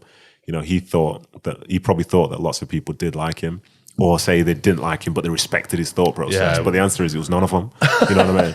Like to say like it is. He was Talk about literally me, none of Joey. them. Nobody fucking likes you. Yeah, it's like just as a person overall wasn't there because he was like harsh to so many people. And then in terms of the stuff which was tactical and all that, like I look back at his career and he had a good career because he played lots of games. But the highest he finished in the league was, I think, with City back in 04-05. With all due respect, like for the way he thought about himself, you'd have expected a lot more. Yeah. But it wasn't there. So he thought enough of himself to have 50 caps. Yeah, at least 50. Probably at least 50. And the thing is, as I say, it's annoying because I keep having to say it, so I don't sound like I'm on the rampage here. Like, he was a good player, but like, so what? The other stuff is what makes him a great player. Yeah. Because I've played with some players who are the most humble, down to earth, want to be involved in everything type people, and they're the ones who you want to be around. But for me, like, I didn't love being around him, but I saw the benefit in playing with him. Because for the teams which I played for, and we both played for at the same time, like he was a big part of what it was to be a successful team. You can appreciate him as a player, but not so much as a person. Yeah, not for me. No, just out of principle, we're two completely different people, and it's interesting now seeing him as a manager because all those things he said in terms of how simple it was to be successful. Now you've called the shots. See, that's another little fucking dig you've got in there. I'm just saying it's different now. It's different now. And how do you manage somebody like yourself? How would you deal with somebody who would be like the way that you were then? How would that be? To be fair though, if they were an Olympic sport at kicking a ball right high in the net, Bristol Rovers would be getting fucking coming home with a gold medal. Do you know what? After he did that next summer, I think he was on a free and he was trying to go somewhere. And he was posting videos of himself doing like stuff on the beach, like cutting corners and all this stuff. And he did one of those like fitness videos. Everyone's like, "Who is this guy? Like, who is this?" But yeah. Did you always want to move abroad? Do you know what? I didn't always want to move abroad, but when my time to QPR was coming to an end, I left, and I left as player of the season, but the interest was next to nothing, literally next to nothing. Do you think that might have been because people might not have thought they could afford you? Yeah, which I hated. For years, I hated that because for me, it'd never been about money. Like I'll name the exact agent, but the agency that got me to QPR was Stella. But I never really fully got on with Stella because when we were having the conversations, they'd always talk about money, but they never asked me what I wanted. I would have happily taken a pay cut in any level to be in a stable situation. It was never about money. They say, oh, you should stay and you'll get this money, or if you leave, we'll try and get you that money. But like, I wasn't saying money. They just kept saying it to money me. for them, Yeah, it's not like, it's not my language. Like there was one year in particular, I think when we went down, and, you know, I think the club were looking to offload a few people and so on. I was potentially going to be one of those. This is at QPR. And I got called by them on the 3rd or 4th of August, and they said they're not going to find, there's no move for me this window because they know the market, nothing's going to happen. And I was like, oh, this is early. This feels a bit weird. But a year later, I looked at the contract which I had, and that was the day when they got their commission for the deal which I signed initially. You know what I mean? And I was like, don't get me wrong, in the grand scheme of things, I stayed at QPR and I enjoyed my time there. But those were the people that were in charge at that moment. So, so I didn't plan on moving abroad, but I had no significant interest. And then when the interest was coming in, it was at a point where there was a certain amount of money which was available, which for me opened up the whole world, because the Premier League and the Championship pay more money than 95% of most of the leagues in the world. But when you drop slightly below that in terms of salary, then everywhere's an option. So I started to think to myself, would I rather spend another few years playing in the Championship and getting the games in, or would I rather like to finish my career and have an experience to where I can talk about it in a different manner to say other things? So, and you were, to be fair, you were fortunate enough in a way where you could take that. Yeah, so that's the fact, and that's because that QPR deal, like I said, it was a gift and a curse because it led to some great experiences, some really, really great experiences. But you know, the perception of me changed at that point because people felt like I was only about for money, but the money that was given wasn't what I asked for, it was what was given to me at that time. So yeah, there was to be fair, there was half a chance I could have gone to Rangers, but as I say, I wanted a different experience. So I was looking in Europe, but then Europe was very much on the same sort of lines as like the UK in terms of you have to be younger, So I said, all right, let me try go to the MLS then, because Michael Mansion had just gone a couple of weeks earlier, Rooney had gone, and I thought this could be an interesting experience. So I got the offer. So have you your wife and have you got kids? 3 kids, yeah. So your wife and kids all happy to? They were. So that's the thing. They were in the end, but so I signed for Real Salt Lake, which is in Utah, and ended up being like an incredible place and all that. But most people tell you not to go there because it's different. But for where I was in my life, in terms of not being that desperate to go out to do whatever, like the nightlife was non-existent. But I lived at the base of mountains. Like my daughter would go skiing after school.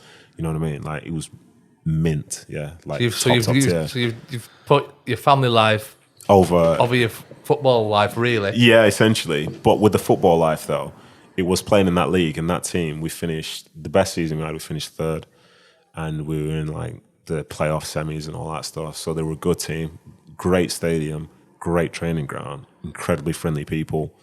Obviously, you're wanting to win every game, but were you quite relaxed? Oh, in the US? Yeah. Is it like obviously there's not I'm not saying there's not as much pressure. There's no pressure. There's not as much. There's no pressure because at its worst in the MLS, it's like a hobby. At its worst, because you don't get the coverage. National football in America is irrelevant. How it's life or death here is irrelevant over there. You'll never get national coverage for the MLS, and the people that watch it, they're like very specific to that because there's a different group of people, more people who watch European football on American time zones. Like MLS is very different. So basically, you're just going over for like to play a bit of football and live your life. Some key moments before I went over. Orlando, which is a place I used to go to, where they were getting battered. They were bottom of their conference, getting battered every week, and they had an international slot available. Some agent spoke to them and said, would you be interested? And they're like, no, we're all right, we'll just go again next season. I was like, okay, that's different, because I'm used to the reaction thing in England where like if you're struggling, you try and find a way to get out of it through recruitment or whatever. But like, no, we're good because there's no relegation. So like, no, we're fine. You know, we'll just try again next year. Give it another go. Are we going to sack the manager? No, it's all right. He's a nice fella. We'll just let him get finished bottom. I was like, okay, that's different. And then when I went to RSL, we're playing a game against Portland, and everyone was telling me how this is a big game, like a big rivalry. It's probably one of the few games where like away crowds would turn up, because if you think everywhere's a flight. Yeah. So some away fans turned up, and we're getting battered. It was 4-1, and I was looking around, and the stadium was probably still like half full just before the final whistle. So in my head, I'm like plugged into like being at Loftus Road. Why would people be waiting in the stadium when we're getting battered by a big rival? It's to let you know how furious they are. The game finished, and it's like players, fans, everyone doing this. I'm like, oh, what is going on here? Like, this is bizarre. Must have been class, that. Do you know what? It don't really matter if you get dicked. If you get to a certain point, like you have a sense of personal pride and all that stuff, so you don't want to lose. Yeah. But like that, in some ways, can be refreshing. It's not ruining your Sunday, is it? No. You know what I mean? There's none of that. Do you think you'd have taken Zlatan? Nah, do you know what? I probably wouldn't looking back. And What happened? There's a sense Talk us through what happened. There's a sense that I'm quite glad I didn't actually get in the mix with it. But I reckon it'd been a fucking good one to watch. but the thing with it, I think I would have been throwing stuff at him as well. Like, but he's a black belt. Did you know that? He's a big fella, big black belt. I'm thinking, I would have had to like proper street fight him here. If he had me in a lock, if he had me in a lock, I think I might be sleeping. But you were convincing that you wanted it though. That's in that time I did want it. Was there. In that time I did want it. I 100% wanted it. But looking back, I'm glad like it never happened because it could have been a bit dicey for me that. But sod it, you know what I mean? It is what it is. So again, to talk about America, one key thing is that it's all about the stars, and with him. He used to take the piss out of the league, basically, the players in the league. Like, wait, were you classed as a star over there? No, I wasn't. People like this. I told you, it's two different audiences. A lot of people who play in the MLS don't watch European like club football or anything. But knowing the fact you played in the Premier League for all them irrelevant. They know the big stars in Premier League. Were you happy with that as well, though? A bit. Yeah, I will tell you what I liked. So wherever I played in England, I was known as Chief. When I went over there, it could be whoever I wanted to be. I love the chance to reinvent myself and just pretend to be someone else instead of coming out with a baggage of something I did 8 years ago. I was like, they're like, oh, what you into? Well, I like a bit of this, a bit of that. You know what I mean? It's all lies. Maximum baseball. Yeah, it's all lies. It's all lies. But so with Ibrahimovic, we were playing against LA Galaxy, and Ibrahimovic, as I say, took the piss out of the league. Like, this was a dude who'd go on camera and say, like, I am like a Ferrari amongst Fiats. And I had my own teammates who were laughing at the quote. And I'm like, he's called you a Fiat? Like, are you not sensing that? He's mugged you off. Come on, you're a Vauxhall at best, lad. And you're laughing, like, he's saying you're crap. Like, why do you think that's funny? He's like, yeah, but he's got great personality. I'm like, no, he's irrelevant. So for as good as he is, like, I don't think he added value to the MLS because he would always talk down about it. Rooney was there at the same time, and he was bigging up his teammates and his club all the time. So it was Zlatan, like, he could hammer the league and it'll be a talking point, but everyone will be laughing jokes. Oh, Zlatan just being Zlatan. Such a card, isn't he? Oh, mate. Zlatan, you little tinker, Zlatan. Oh, you're so funny. What are you doing? But, so we played Fiat. I know, mate. It's all day, you know what I mean? But we played against him, and we were doing all right. And then I think it was like, was it in the first half? I think it was second half. A ball went towards him, and I stood behind him, so he missed it, went behind. And then he grabbed me by the neck and threw me to the floor. And I was like on the floor, like baffled, like, it's like, what's just happened there? So I'm like looking at him, like, what's that about? He starts telling me to get up, shouting at me to get up. I was like, all right, cool, triggered, I'm up. So I'm getting in his face saying, what are you going on about? He said, get up, stop being soft, stop doing this, stop pulling me down and all this jazz, yeah. People trying to pull me back, referees telling me to calm down and all this. I'm like, well, what are you going to do about him? Like, why has he done that? Because he did it for no reason. There was nothing going on. And there was no beef before that in the game. There was nothing whatsoever. So I'm trying to say my piece. I'm triggered at this point. And then the ref books him. Then for the rest of that second half, we're just chirping each other all the time. Every time he makes a mistake, I'm laughing at him. You know what I mean? And like, I'm obviously flipping two-bob or whatever. So he's having little bits at me. But we're going each other, jostling all this. But then he scored the winner. Oh, he had to go it's and do because it. he scored the winner, and I'm like, oh, devastated. And as I'm doing that, he's laughing in my face to the side. But in real time, I didn't know that. So somebody pulled him away after. And after the game, like, I saw the clips of it, but I was like, I was crushed. Game finished. I'm annoyed. Like, I've had this battle with this guy who I thought was a clown, but he's had the final word because they've won. I'm boiling, like, inside. I'm like, oh. He gives it that one as well, doesn't he? Like, yeah, but like, spanking. But some of my other teammates, like, it's chill. It's like, oh, we've lost. We're on the road. We lose. This is what it is. Blah blah blah. But The Ferrari scored. It's all right. But I'm boiling inside. So I go into the dressing room. Boiling I was, because we were battering him in the game as well. Like, in the second half, this is one thing which he does, which doesn't get noticed. He just hammers his teammates. So he's on the halfway line, just hammering them, calling them all sorts. He was, whilst they're getting battered by our attack. He's just on the halfway and you're this, you're that, you're no good. Like, what are you doing? All this stuff. I'm like, okay, this is suspect. But anyway, went in after the game, and then he walks in. He literally walked in 2 minutes after I sat down, if that. And he walks in, and he's like, "Oh, have you calmed down yet?" It's like, so what's this guy talking about? Have I calmed down yet? I was like, is he trying to sun me? Is he trying to sun me off here? He's trying to Fiat you off. Listen, less than a Fiat, mate. He's trying to two-wheeler me off, mate. Flipping manual bike me off. I thought, nah, I'm not having this. So I told him to do one, basically, but like really aggressively do it. Like I was backed by the captain, Kyle Beckerman, who's with it, to be fair, and maybe one other person, but everyone else was just sitting down watching it, because that's the whole thing about being starstruck in the MLS. But I was trying to say to them from that point, like, he shouldn't be in our dressing room. He's not allowed. This is our space. We've just lost. He's just beaten us. Why is he allowed to walk in? Get him out. Like, he's not here for us. And I said, when you're in England, like, whoever, say for example with City, they've got some of the best players in the world, but if they're playing any team in the lower divisions, it doesn't matter who those like players are, they're going to go and take it to City. They're going to go and take it to them because they respect what they've done. But when it's game time, and you don't stand for it. And if somebody disrespects your teammate, you stick up for your teammate, you deal with the situation. It makes no difference who the person is. That's why, like, in my career, some of the hardest games I played were against people who were ranked lower than us because they got after us from start to finish. That's the standard. But here I am, and I got backed by one person when some guy came in. And the reason that was the case is because it's Zlatan and you sort of respect him too much. Like, this dude's irrelevant. Like, even after the game, as I walked off the pitch, one of my teammates, he was asking Ibrahimovic for a picture on the field. Shirt, maybe, not a picture. Come on, pal. Picture? Mate, asked him for a picture. Like, what? I'm like, where am I? Where am I in life where that's the thing? Like, you might want to cozy up and get someone short or do whatever, but your teammate's just been battling with him for 45 minutes. So Chief. you're on my side. Just said it for us, will you? Mate, I'm like, nah. This is bang out. But to be fair, at that point, RSL had only been there probably like just under a year, but my respect level went from wherever it was at to the highest possible, because I just said, nah, I'm not with that. This is my team. You don't do that to us. I'm not having it. Don't care how good you are, how big you are, whatever. Like, don't take the piss. This is serious. Like, this is football, and that should have been the standard. And I think by the end, that was the standard amongst more people, because you stick up for each other. Yeah. You know what I mean? Whether you like the person, dislike the person, whatever. This is our team. What an arrogant bastard he thought. Fuck it, I'm just going to go and rub salt in wounds here.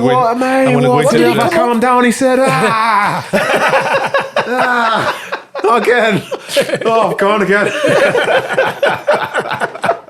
So what did he come in for? Just to sum me off, like asking me if I calmed down. In the wounds. Like, what's the benefit? Like, don't get me wrong. Here's the nuance to it though, because by the end, like, I still don't like him that much. He doesn't like Joey Barton either, by the way. So well, yeah, I still don't like him that much, but I understand certain concepts around it, because then when it was time for the next game, everybody was talking about, oh, what's the next game going to be? What's going to be like when you next play him?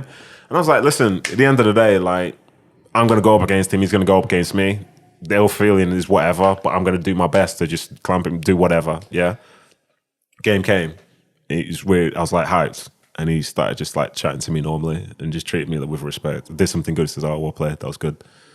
And I was like, wasn't ready for this. See, I think that's almost patronising itself, saying, "Hey, well done, lad." No, but like, it was a good bit of play. It'd be like nice ball, stuff like that. Like, it was objectively like a nice ball. Do you know what he was? He's freaking scared of you, mate. Yeah. That's what it was. But to be fair, this is when I respected him a bit more in that time, is the fact that to him, that moment didn't matter, because he's come from a place where you battle with people week in, week out anyway. Whereas in the MLS, that was like the big drama point, like two people dueling on the pitch. But it shouldn't be, because that should just be the standard. Should be normal. You know what I mean? That should be what it is. And he treated it like that, instead of coming in thinking like, we're going to have to fight each other now. And we just contested or whatever. And it turned out he scored and I scored. So, yeah. Uh-huh. Did you laugh in his face after he scored? He should have gone in. Mate, that was my only goal in America. So, you know, it was a weird one. It was like a VAR goal as well. So, I'll take that. But yeah, mad times. Mad times. Did you ever have the opportunity or think about playing for Nigeria? I did, actually. But there's a bigger story to that, yeah. So, one thing about Nigeria, like, that is where I was born. If you want to find people that are like me, that's where we go to. Because even in my first sort of like 10 years in England, I was very much a Nigerian living in Manchester. That's what it was. But big difference between Nigeria and England. England are very much on the front foot when it comes down to taking people on board who can play for them. So with the 21s, for example, or the under 20s actually, I just got a letter. I was just at the training ground and got a letter saying, we're going to pick you up on Sunday and take you to play in this game. bang, okay, so I guess that's just what we do then. So I'm playing for the 20s. Next thing, 21s thing comes in, bang. At no point were Nigeria reaching out to me to do that. When Nigeria called me up tried to call me for the first time, it was in 2010. So I've been playing for 6 years in the Premier League, and reached out and said, we want you to come to the African nations. But that's when Mancini was in power, and I had no standing in the team whatsoever. So I said to the manager, Bertie Volts at the time, I said, I can't do it. I can't leave at this time, because that would involve you leaving from February through to like March, April time. I said, I can't do it because I want to fix my football situation at club level. So that was the only time when I got the call, but I didn't do it. And from there, I never got called again. No. And the general consensus in the public and stuff, because I got battered by certain people, is that I'd rather beg to play for England than have the chance to play for Nigeria. But what I wanted was for both countries to try and call me up at the same time, because I'll be honest, as far as my identity goes, like, I am Nigerian, but I've also been raised in Manchester. Yeah.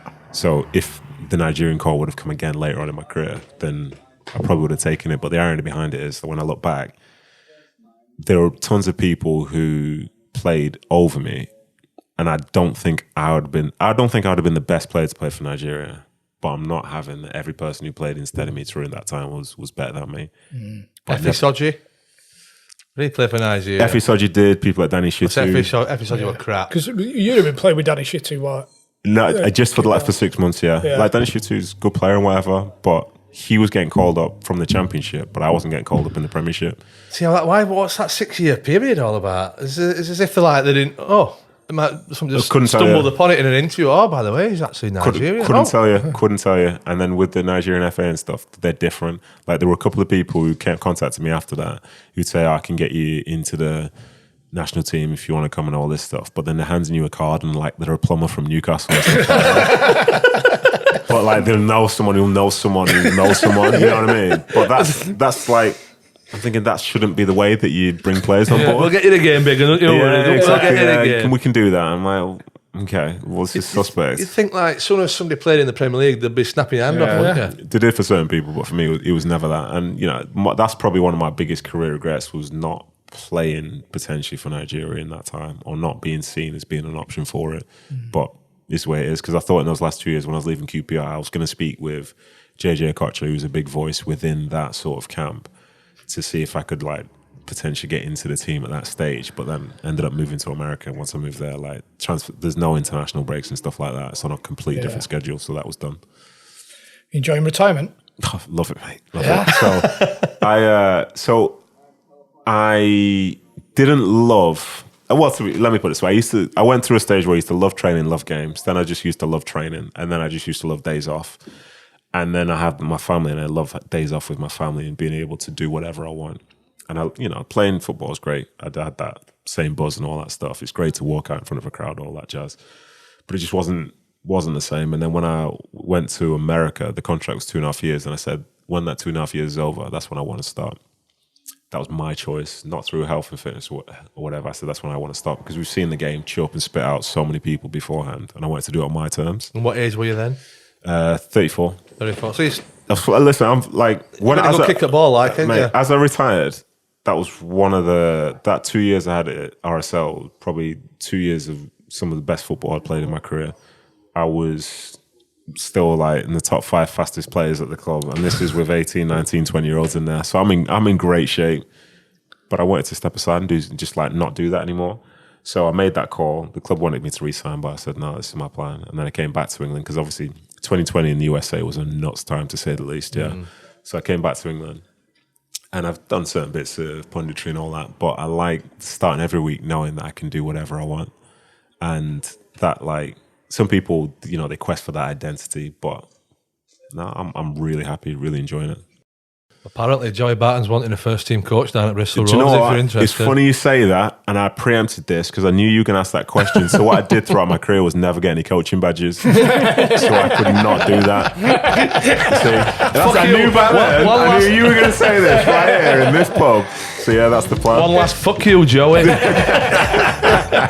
It's a no from me. Yeah, absolutely not. Good luck with it all, mate. Yeah, top man. Brilliant, Thank you. Enjoy it. Thanks for coming on. No worries at all. I know I've spoken for too long. I apologise. No, not at all. Brilliant. Cheers. No worries Very at all. good.